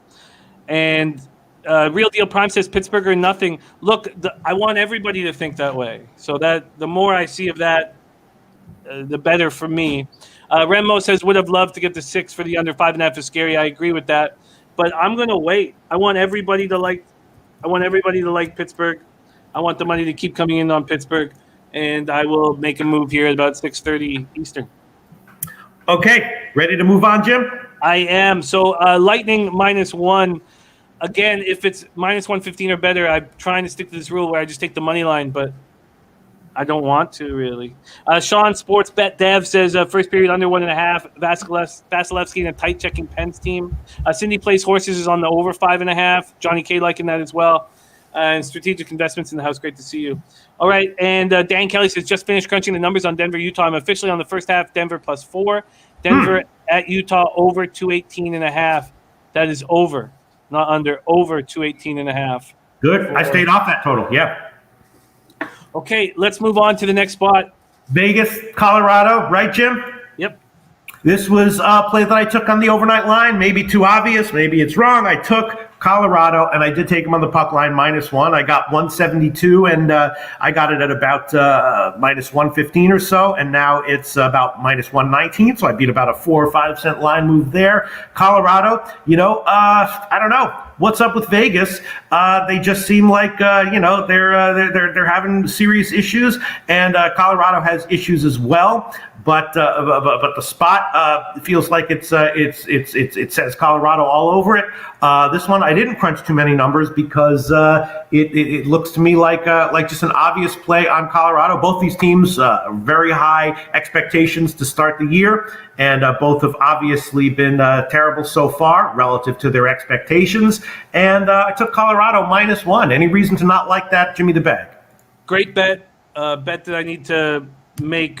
Bet I need to drop right away is the Avs. I was just trying to prepare everything for the show, and I probably should have already bet it. It doesn't look like the market's moved too far. So from a cash side of things here, we have 3,934 tickets in. And it says that the Golden Knights will go to plus 145. So they're at plus 155. So meaning Golden Knights are going to take some cash. So maybe there's no need for me to rush this betting at all. Which I find very interesting. All of the cash is on Colorado, though. It's a little nervous. 82% tickets, 98% cash. And 57% tickets are on the over. 48% of cash is on the over in this spot. Slat says, remember, Vegas knocked the Avs out of the playoffs this year. Right. And Remo saying that Kemper is confirmed. Kemper versus Lehner. And Kemper has not looked very good this year. So we'll start with Vegas. They've lost 4 straight. They come off a 2-0 loss at home versus the Islanders. And it's all very explainable. This is not a surprise. A 3-game homestand, they were outscored 10-4. What we've seen is this team can make it to the Stanley Cup Finals if their second line is the Marchessault Wild Bill line in Riley Smith. If that line is their first line, and remember, I said as soon as they started getting $5.5 million per year and weren't cast-offs from other team, as soon as they started paying that money to that second line and then gave Stone the $8 million contract, and I was wrong about this. I was like, oh, they're in huge trouble. they're in huge trouble because now they have to pay these guys what they're worth or more instead of getting these discounts on these good hockey players. So you take out Pacioretty, who is a China doll. He always gets hurt. You take him out. Then you take out Mark Stone, who has impressed me so much on the ice and, with his leadership skills off the ice. You take them off. Then you take off Alec Martinez out, and you have Pietrangelo having to do too much and having to play too much. And we see what happens when Pietrangelo is in that situation. He does make a couple mental mistakes. Now, I think he's a great, great defenseman, but he's had a couple turnovers that have hurt them. And then for the Avs, they've been dealing with adversity all year long. They have to play their first 2 games, or was it 3? At least their first 2 games without Nathan McKinnon, who had COVID. Then you have I think it was 2 games. Then you have Landeskog suspended for games 2 and 3. So even in that 3rd game, they don't have both of them together. Samuel Girard's now hurt. They haven't had Taves, their defenseman, Devin Taves, in the lineup, and he became a Corsi darling and a great defenseman last year, and he's been hurt all year, and he's going to be coming back soon. Birdie says under, maybe a look here. Vegas struggling to score. Probably won't get there, but I'm looking at it. And Dennis Garcia says Colorado is an opinion, but -1 in 70-ish is a little insane. Vegas not that bad. Vegas is not that bad, but in this situation, you can understand why they're losing. That's all. They're a good hockey team, but if we go to these line combos without their studs in, again, we get to that first issue, that blatant problem here, and that's that Wild, Bill, Riley Smith, and Marchessault on the first line. So Chandler Stevenson is a defensive forward who works so well with Patches and Stone because he's an accountable forward. But then you give him Matthias Janmark and Peyton Krebs, and all of a sudden, there's no scoring from your second line. Then they pick up Evgeny Dadonov, who I thought was a very questionable pickup, and that's a problem. But it's not a problem necessarily on that line if you got Nolan Patrick. If he's healthy, then you're in great shape, I believe. But because Nolan Patrick, I think, could be an elite top 6 forward in the NHL if he can get over the migraine issues that he had. So then you take Alex Tuch out of the lineup too. So you have Nolan Patrick, Alec Martinez, Zach Whitecloud, Alex Tuch, Max Pacioretty, and Mark Stone out of the lineup, and all of a sudden you have a susceptible team. And then you have a Colorado Avalanche team that despises Vegas with every ounce of their body, and that's Avs -1 is the bet. Okay, Top Shelf Play says Vegas puck line for me. We'll see. I'm going to take Avs -1 at -119. Jimmy the bag. -119, and I will be coming with you on this. I just don't know if I need to bet it right away at this point. But I will be on this with you. All right. Absolutely. Move on? Yep. All right. Now we're getting to some games where I really wanted to hear what your take on them is. San Jose and Nashville. San Jose, a young team. I was kind of down on them to start the year, but when they're young, the young kids started to play, that first game against Winnipeg, it was a little bit eye-opening, because I was Hellebuck, Connor Hellebuck, but they really, they handled the team well. They put up a lot of goals, and then when they blew out Montreal, I was like, this team, until they maybe hit a wall, they're going to have some real life to them, and so I'm thinking that they might be, a good play here. Nashville at home, they didn't do well. My question is just, they had a couple of high-scoring games on the road recently, and I'm thinking, do we expect Nashville, now that they're going to be back at home against a team with some life to them, to start struggling again, start struggling offensively? And what's your take on Saros as a goalie and Nashville defensively in general? Well, I don't think Nashville is a good hockey team, right? But they're going to give you value in certain spots, and maybe this is the spot here. They open up at -133, they're now -134, and the total is here. I was thinking about San Jose team total over 2.5. They run a pretty tight ship at home, and from a coaching standpoint, it makes me nervous. Mm-hmm. Let's just go over a couple things here quickly. And but first off, when we talk about third lines and the importance of third lines, you look at the guys on the Sharks' third line, and I don't know why I was so against this team initially, because Matthew Nieto, Nick Bonino, and Kevin Labanc. So all of a sudden you're talking, we talk about the issues with the Lightning.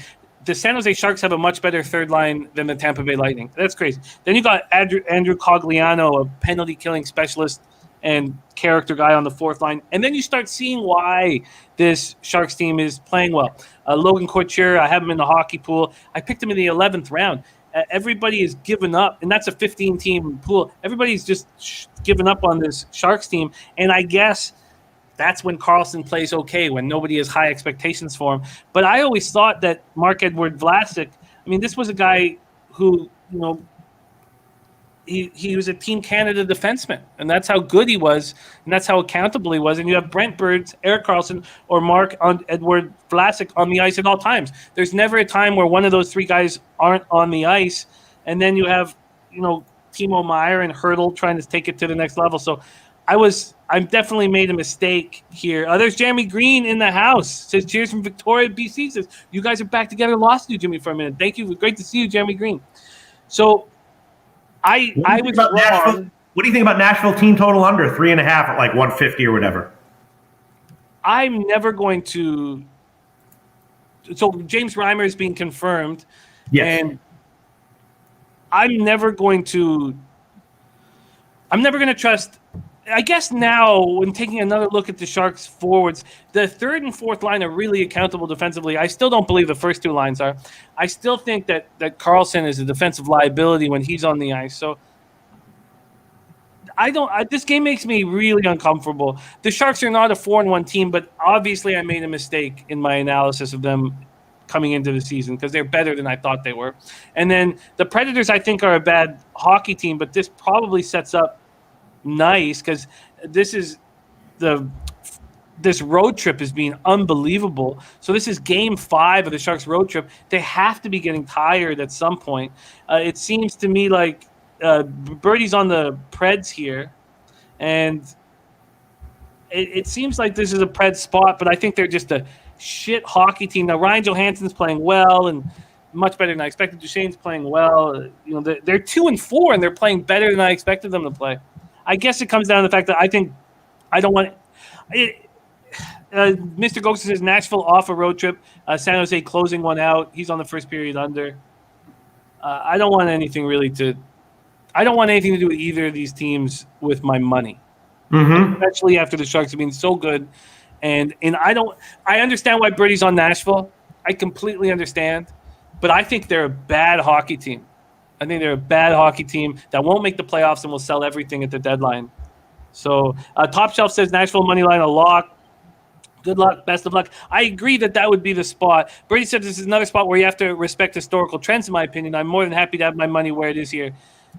If there was a bet to make, it would be the Preds at home. I just maybe this is my own fandom. My own fandom gets in the way of my capping. Pete, and I know you've seen this lots of times working with me, but I fucking despise this Predators team and the players on it. I think they're just shit. I think What about terrible the under 6? Again, I yes, it makes sense because I don't think Nashville's offense is very good, but their forwards aren't really, accountable defensively, and I mean UC Saros is a goaltender I trust, so. Remos, the last game of the trip in Music Town might not be focused. Brady said there's a reason this line's minus 135. They're begging you to take San Jose. This is a hostile spot. Look, there is a real home ice advantage at Bridgestone. The fans go nuts. So, okay, I'll hold off for now, but I'm definitely leaning San Jose. Leaning Nashville team total under as well. All right, let's move on. Minnesota and Vancouver. Another, Minnesota. very low scoring on the road so far this year. And then they came back home, and all their home games went over. So we were talking about that a little bit. I remember I asked you about that. I asked you if you thought that Minnesota's conservative defense-oriented game that they played in those 2 road games would continue at home. And I don't remember. I mean, your answer was nuanced as it always is. But obviously, their games have been a lot higher scoring. And Vancouver was a terrible defensive team last year. 5-on-5. I think they might have even been the worst in the entire league. So I was thinking about maybe a shot with the over 5.5 here. Although it's concerning that that rookie for the Wild is struggling. But unless we expect Minnesota to revert back to some kind of low scoring inducing game plan, maybe the over. What do you think, Jim? I think that's an interesting idea. It's the home opener in Vancouver. So, it means so much to the city. It's just such a big game for Vancouver. And the Wild come in off a real lethargic 5-2 loss at home to the Predators. The Canucks have won 2 straight. They spoiled Seattle's home opener. It was a good road trip to start the season, 3-2-1. Johnny K says that Demko's been good. He's a really good goalie. I think he's a really, really good goalie.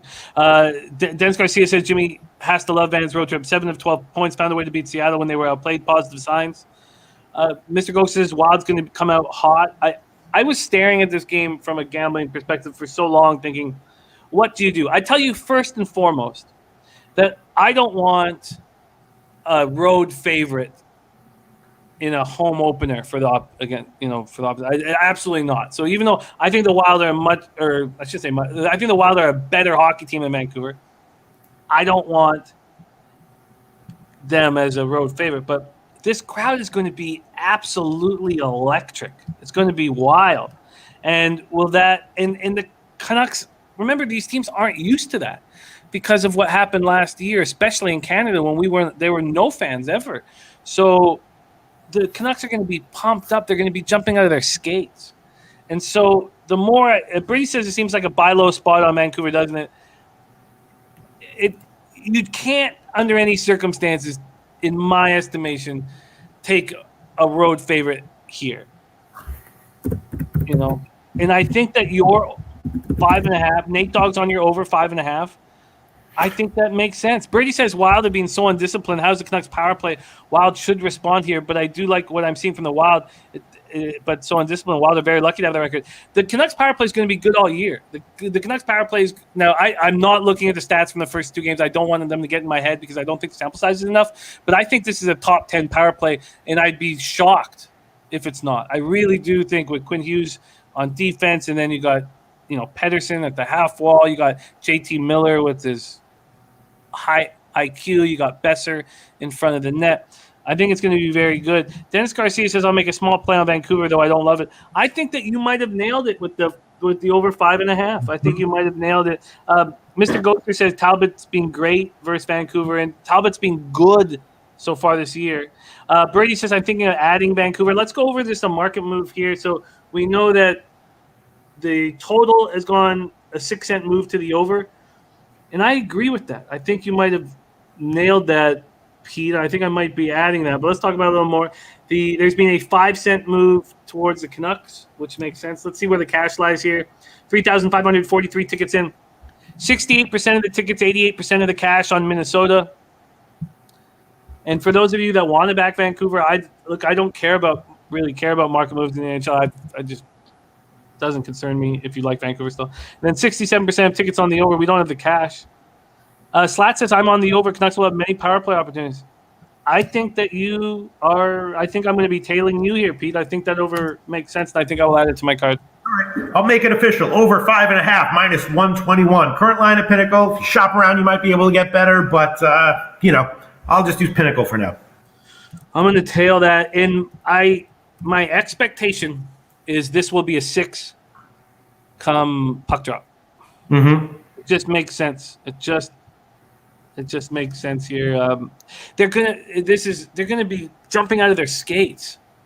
You know, they're going to be losing their mind out here, and they've always had a rivalry ever since the Wild came back against our Naslin Bertuzzi Canucks down 3-1 and took us out, and ever since, I mean, I know it's Minnesota Wild to Minnesota North Stars, but ever since the fucking Bure fucking elbow to Shane Churla's head, I love it. I love it. I'm in. I'm tailing you. Let's move on. Okay, let's move on. Next one, Winnipeg and Anaheim. Of course, they've played twice this year. Winnipeg went into Anaheim and lost, and then back at home, in their home opener, they blew them out. I was all over that one, and I think that, no, I don't know, I guess that wasn't one of our shows, but that seemed like a very obvious strong play to me, and I took that one, Winnipeg in that one, and then they beat they beat Nashville in their next game, but, maybe Winnipeg has some issues. They rely a lot on their goalie, and of course, Scheifele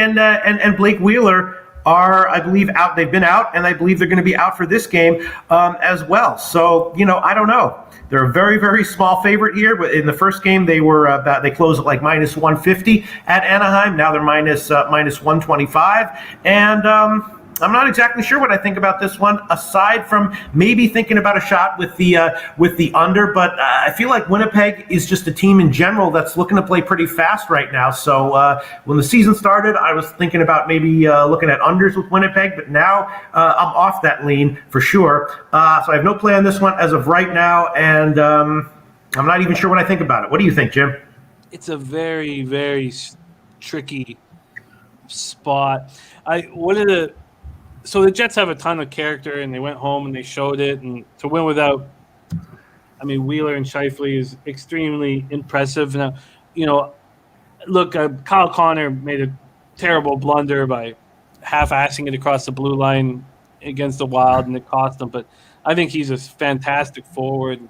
But if you look at this lineup, Paul Stastny just, even though he can help you on a team, I don't think at the price point that he's getting paid, but he's just not good enough to be the first line center. So they moved Pierre-Luc Dubois to that number one line, and then they have Stastny on the wing with Kopp and Ehlers. It still is a very professional group. And when we talked about Anaheim, I talked about in the preseason, I talked about how we have this vividness of cashing under 5.5s nonstop in Anaheim, and it looked somewhat like that in the beginning of the year, but their forwards are way too offensive for that to continue. Like Adam Henrique is in Getzlaff. So you have two of your top 9 forwards. You have 2 guys that are defensively responsible, and then you have 7 forwards that are thinking goal, goal, goal, and they're all offense. So if you don't, you need the forwards to opt in any kind of defensive strategy, and you just don't have that from this team. So I'm not surprised at all that the Ducks are allowing a ton of goals. So the Ducks have allowed 15 goals in their 3 straight losses, but they're still playing pretty good. Hockey. Brady says the problem with the Jets is they have inconsistent efforts night in, night out. The Ducks are going to work for 60 minutes. The line seems to want Jets money. I'm leaning to the hardworking Ducks. I think the Ducks are the bet here, personally. Because of the Jets having to cross the border, Scheifele's not going to come back until they get back to Canada, I assume. And the Wheeler loss out is huge. And then you have this angry Ducks team that got the season off to a good start and have now lost 3 straight. You have Gibson playing hopeful in net. He's got a 2.67 goals against average and 9.21 save percentage. He can completely shut down the opposition. Hellebuck has not looked good so far this year with 3.80 goals against average, 8.86 save percentage. And we've seen a 12-cent move over to the Ducks, and that makes sense to me. It really does. And you have 37% of the tickets on the Ducks, but 61% of the cash. So you have sharps on the Ducks, and it makes sense. All right, I think I might take Anaheim team total over 2.5 at just minus 124. Is Anaheim a decent offensive team, Jimmy the Bag? Well, that's a tough question. They will be in a couple of years. No, I don't think they're a decent offensive team yet, but they're capable.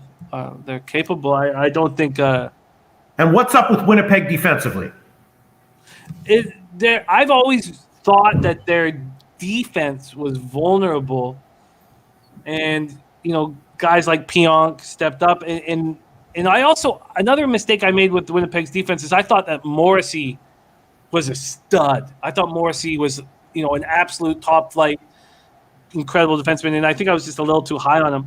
The fact that Nate Schmidt has come in and playing first line minutes right away means that they're bad defensively, because I think that Nate Schmidt is not very good anymore, and he hasn't been good since he got popped for PEDs. So, I think I can understand you taking the Ducks team total over 2.5. Yeah. I'd much rather get the plus line on the Ducks, and I'm going to move on it. I'm going to take Anaheim full game team total over 2.5 minus 124 current line at Pinnacle. Add that one official, Jim. Ducks team total over 2.5 at minus 124. Yep. Locked in. All right. You want to move on? And Birdie says, and it's an interesting question. I guess I'll let you answer it. He says, Pete, why take the minus 124 and leave the plus 110 on the table? If the Ducks score, they most likely win. If the Ducks score, they most likely win. Yeah, I don't know, because I could easily see Winnipeg winning 4-3. You know what I mean? Yeah. No, I agree. Yeah. Or 5-4. All right, we move on to a beauty. Beauty. Take it away. I love this game. You want me to? Okay, so Montreal.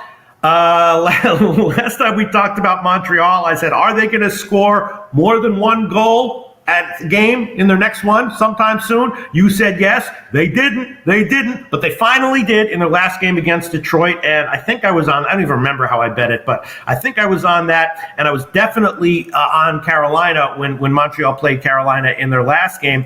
And Seattle, a little bit tough. I thought Seattle might be good defensively. I was actually on the Vancouver team total under at 2.5 at plus money in that last game against Seattle, and it was looking good for a while, but then they put up a bunch of goals late. So I don't know. I was thinking that Seattle might be a little bit undervalued this year, maybe to start, but that really, maybe people were expecting it because they just remembered what happened with Vegas, but they haven't done that well so far. And this game, let me see. I don't even remember. Yeah, I mean, I was thinking that I guess I'm leaning Seattle again, although I might be just having a bad read on them in general. Montreal, where the question is, were there struggles where they were scoring one goal a game for real, and then they come back in their next game, in their last game, and they put up 6 against a very vulnerable Detroit team. Now they're going on the road, and now maybe they'll go back to scoring 0 or 1 goals. What do you think, Jim? Well, I'm so excited to watch this game, Climate Pledge Arena. This is my dream come true, that Seattle has hockey. I just wish it was when I was a kid. So I think it's great that Montreal gets out of Dodge, get away from the press, and you have a win. And as you said, they'd scored 2 goals in their last 3 games before that 6-1 triumph. The Kraken have now lost 4 straight. The Kraken roster is very interesting. And, for those of us that study the Corsi numbers, Jared McCann was a Corsi darling. So it added to its value. And, Lou Lamoriello doesn't care as much about Corsi numbers. And already he's not the first-line centerman anymore for the Kraken. It's Schwartz, Gord, and Yarncroc. Yanni Gord coming back from injury, another reason that, the Tampa Bay Lightning lacking depth. Alex Wenberg and Jordan Eberle and Jared McCann should be a good line. They should be. Wenberg has done nothing but disappoint us since he was a first-round pick out of Columbus. I think, in all honesty, after watching Seattle play for a little bit. Now, granted, they've had a ton of adversity with the COVID and how that hit them. And I don't know how good anymore Adam Larson and Vince Dunn are. I think that I've had them rated higher in my head. I think I expected their defense to be better than it is with Loshak and Giordano on the first line. But I'm starting to feel like it's going to go back to old times where the expansion team doesn't come close to making the playoffs. Mm-hmm. And I'm starting to think that. And maybe I'm jumping a little too fast on the other side here. I don't know. Grubauer has a lot of pressure as the number one guy here, especially with Drieger hurt. And .869 save percentage, I mean, that shit's just not going to cut it. And So he should be better than that, though. I mean, I had him rated pretty high going into the season. I think he's going to be a good goalie, but he has not stepped up since his days in Windsor. So the Capitals got rid of him, and then the Avalanche, who could have easily made sure that he was their goalie on their way to the Stanley Cup, got rid of him. So I can understand that doubt would creep into his mind, or anybody who's capping him's mind. Now, Seattle outplayed Vancouver, as was said, as Dennis Garcia said, and lost late. And this is a $1 billion arena, and Montreal Canadiens are coming to town. I mean, this is as big as hockey gets. There's a market move towards Seattle here. They opened up -112. They're now -125, 13-cent move towards them. And from a cash flow standpoint, 3,543 tickets in. And on the money line, 64% of tickets and 75% cash is on Seattle. And on the total, 42% tickets and 94% cash is on the under.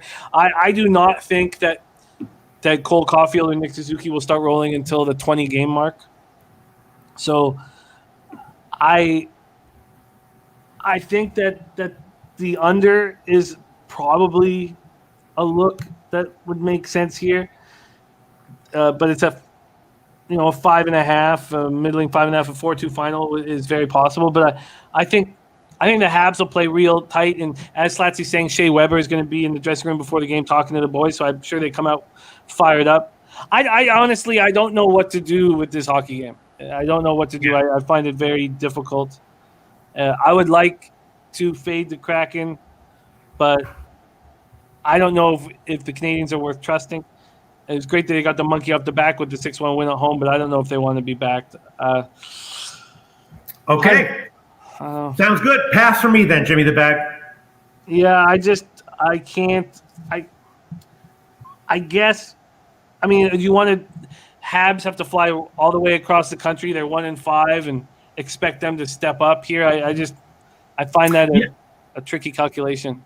I mean, I was thinking about the Montreal team total under 2.5 at plus 113 or whatever, at plus money, and expect another 0 or 1 goal game from them. I like the plus line, and if I had a free bet, I'd probably move on the under 5.5, but not with like a ton of call. I just don't. At this point with the Kraken, I mean, and especially with Montreal starting at 1-5 and finally getting a win, I don't really know how you can have an angle. Oh, like Slatsy's on the Habs and the under, and I completely get both those looks. I get them, but other than that, I don't know how you could have a real angle with the Kraken at this point. I just don't have enough. Yeah. Real Deal Prime says must win for Montreal. Rem Mo says Habs need this road trip big time. So people suggesting that it's an urgent psychological situation for the Habs here. Yeah, I mean the road trip is for sure. I don't know if, and then obviously you want to start the road trip out with a win. I mean, look, it's a must win for both of these teams right now. Yeah. All of a sudden, the Kraken are 1-4-1.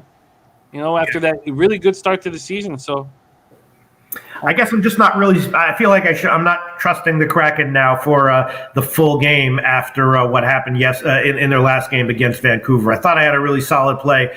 Vancouver team total under, looking great most of the game, and then they fell apart. So when an expansion team shows that they're prone to falling apart late, that's a big red flag for me. I think that I built up this defense too high, and it's funny because I think that Giordano is far away from that Norris Trophy year, and that was only 2 years ago. It was 2019 he won the Norris, and so I think I think he's slowing down fast, and I think I may have given Larson and Vince. I mean, Vince Dunn's now their third in their bottom pair defense. I think I may have rated this defense too high. And the fact that Jared McCann is already off the number 1 line center, I think is a red flag for them moving forward offensively, because we knew he was such a Corsi darling, and I expected that to stick. So I think there's a little bit of panic with the line changes and I don't know if it's worth trusting the Habs right now. But if I had a free play, I would do exactly what Slats is doing. I would take, if I had free play, I would probably take the Habs in the under. I don't have the confidence to do that. Mr. Gokster on Seattle money line. And Cindy, Dennis Trusty likes the Montreal team total over, and Cindy plays horses likes the over, spelling a 4-2 over type game. yeah, I think that I've got a lot to learn about Seattle, so I'm not going to start making bets against them. And they outplayed Vancouver, and you're right about the red flag. You're absolutely right about the red flag with them cutting it. So, all right. You want to wrap it up, Jimmy the Bag? Let's do it. Let's review NHL right now. Here we have Ulysses Hayes on the Devils at -122, but nothing from Pete and I. Pete is on the Lightning first period. I'm going to move on the Lightning -1. Like that spot a lot. But look, we all know what the Penguins have done to us. And it's funny because I was certain they were going to – not certain. I had an expectation that they were going to play well in that first game of the year, but I didn't bet them. I only took that first period under 1.5, which did cash. And then I did start fading. I bet against them in that Florida game, and there was like 15 power plays in that game, and they came back when Florida looked like they were in control. I'm going to try to fade them again, and my ROI fading the Penguins when they're without their superstars is very bad. Avs -1, I like a lot. I don't think that if Vegas was playing any other team, then Colorado despises them. You think they're going to let up against Vegas? I don't. But I don't trust Kemper, and I don't like that move. So I'm on the Avs -1. Pete, I haven't bet it yet. Pete's on the Avs -1. Sharks, Nashville, Predators. You didn't pull the trigger on anything, right, Pete? No, right. Then Pete's on the over 5.5 in Minnesota, Vancouver, and I think there's going to be goals in this game. I do. Cam Talbot having great numbers against Vancouver. It's funny. One of the things that I've not put stock in, and it's something that I should discuss more with Birdie off camera, is that I don't care that much when a goalie has good numbers against an opposite team. I find it different in baseball when a pitcher has good numbers against a certain team because I look at they have good numbers against certain batters. But for me, I don't care. I mean, you can explain this at least with Talbot because he was playing for Calgary and Edmonton, so they were divisional games, so you can't explain it. But it's never been something – it's actually, in all honesty, something that I would put a line through and not care and feel like it was sort of trivial. In a division matchup, I get it.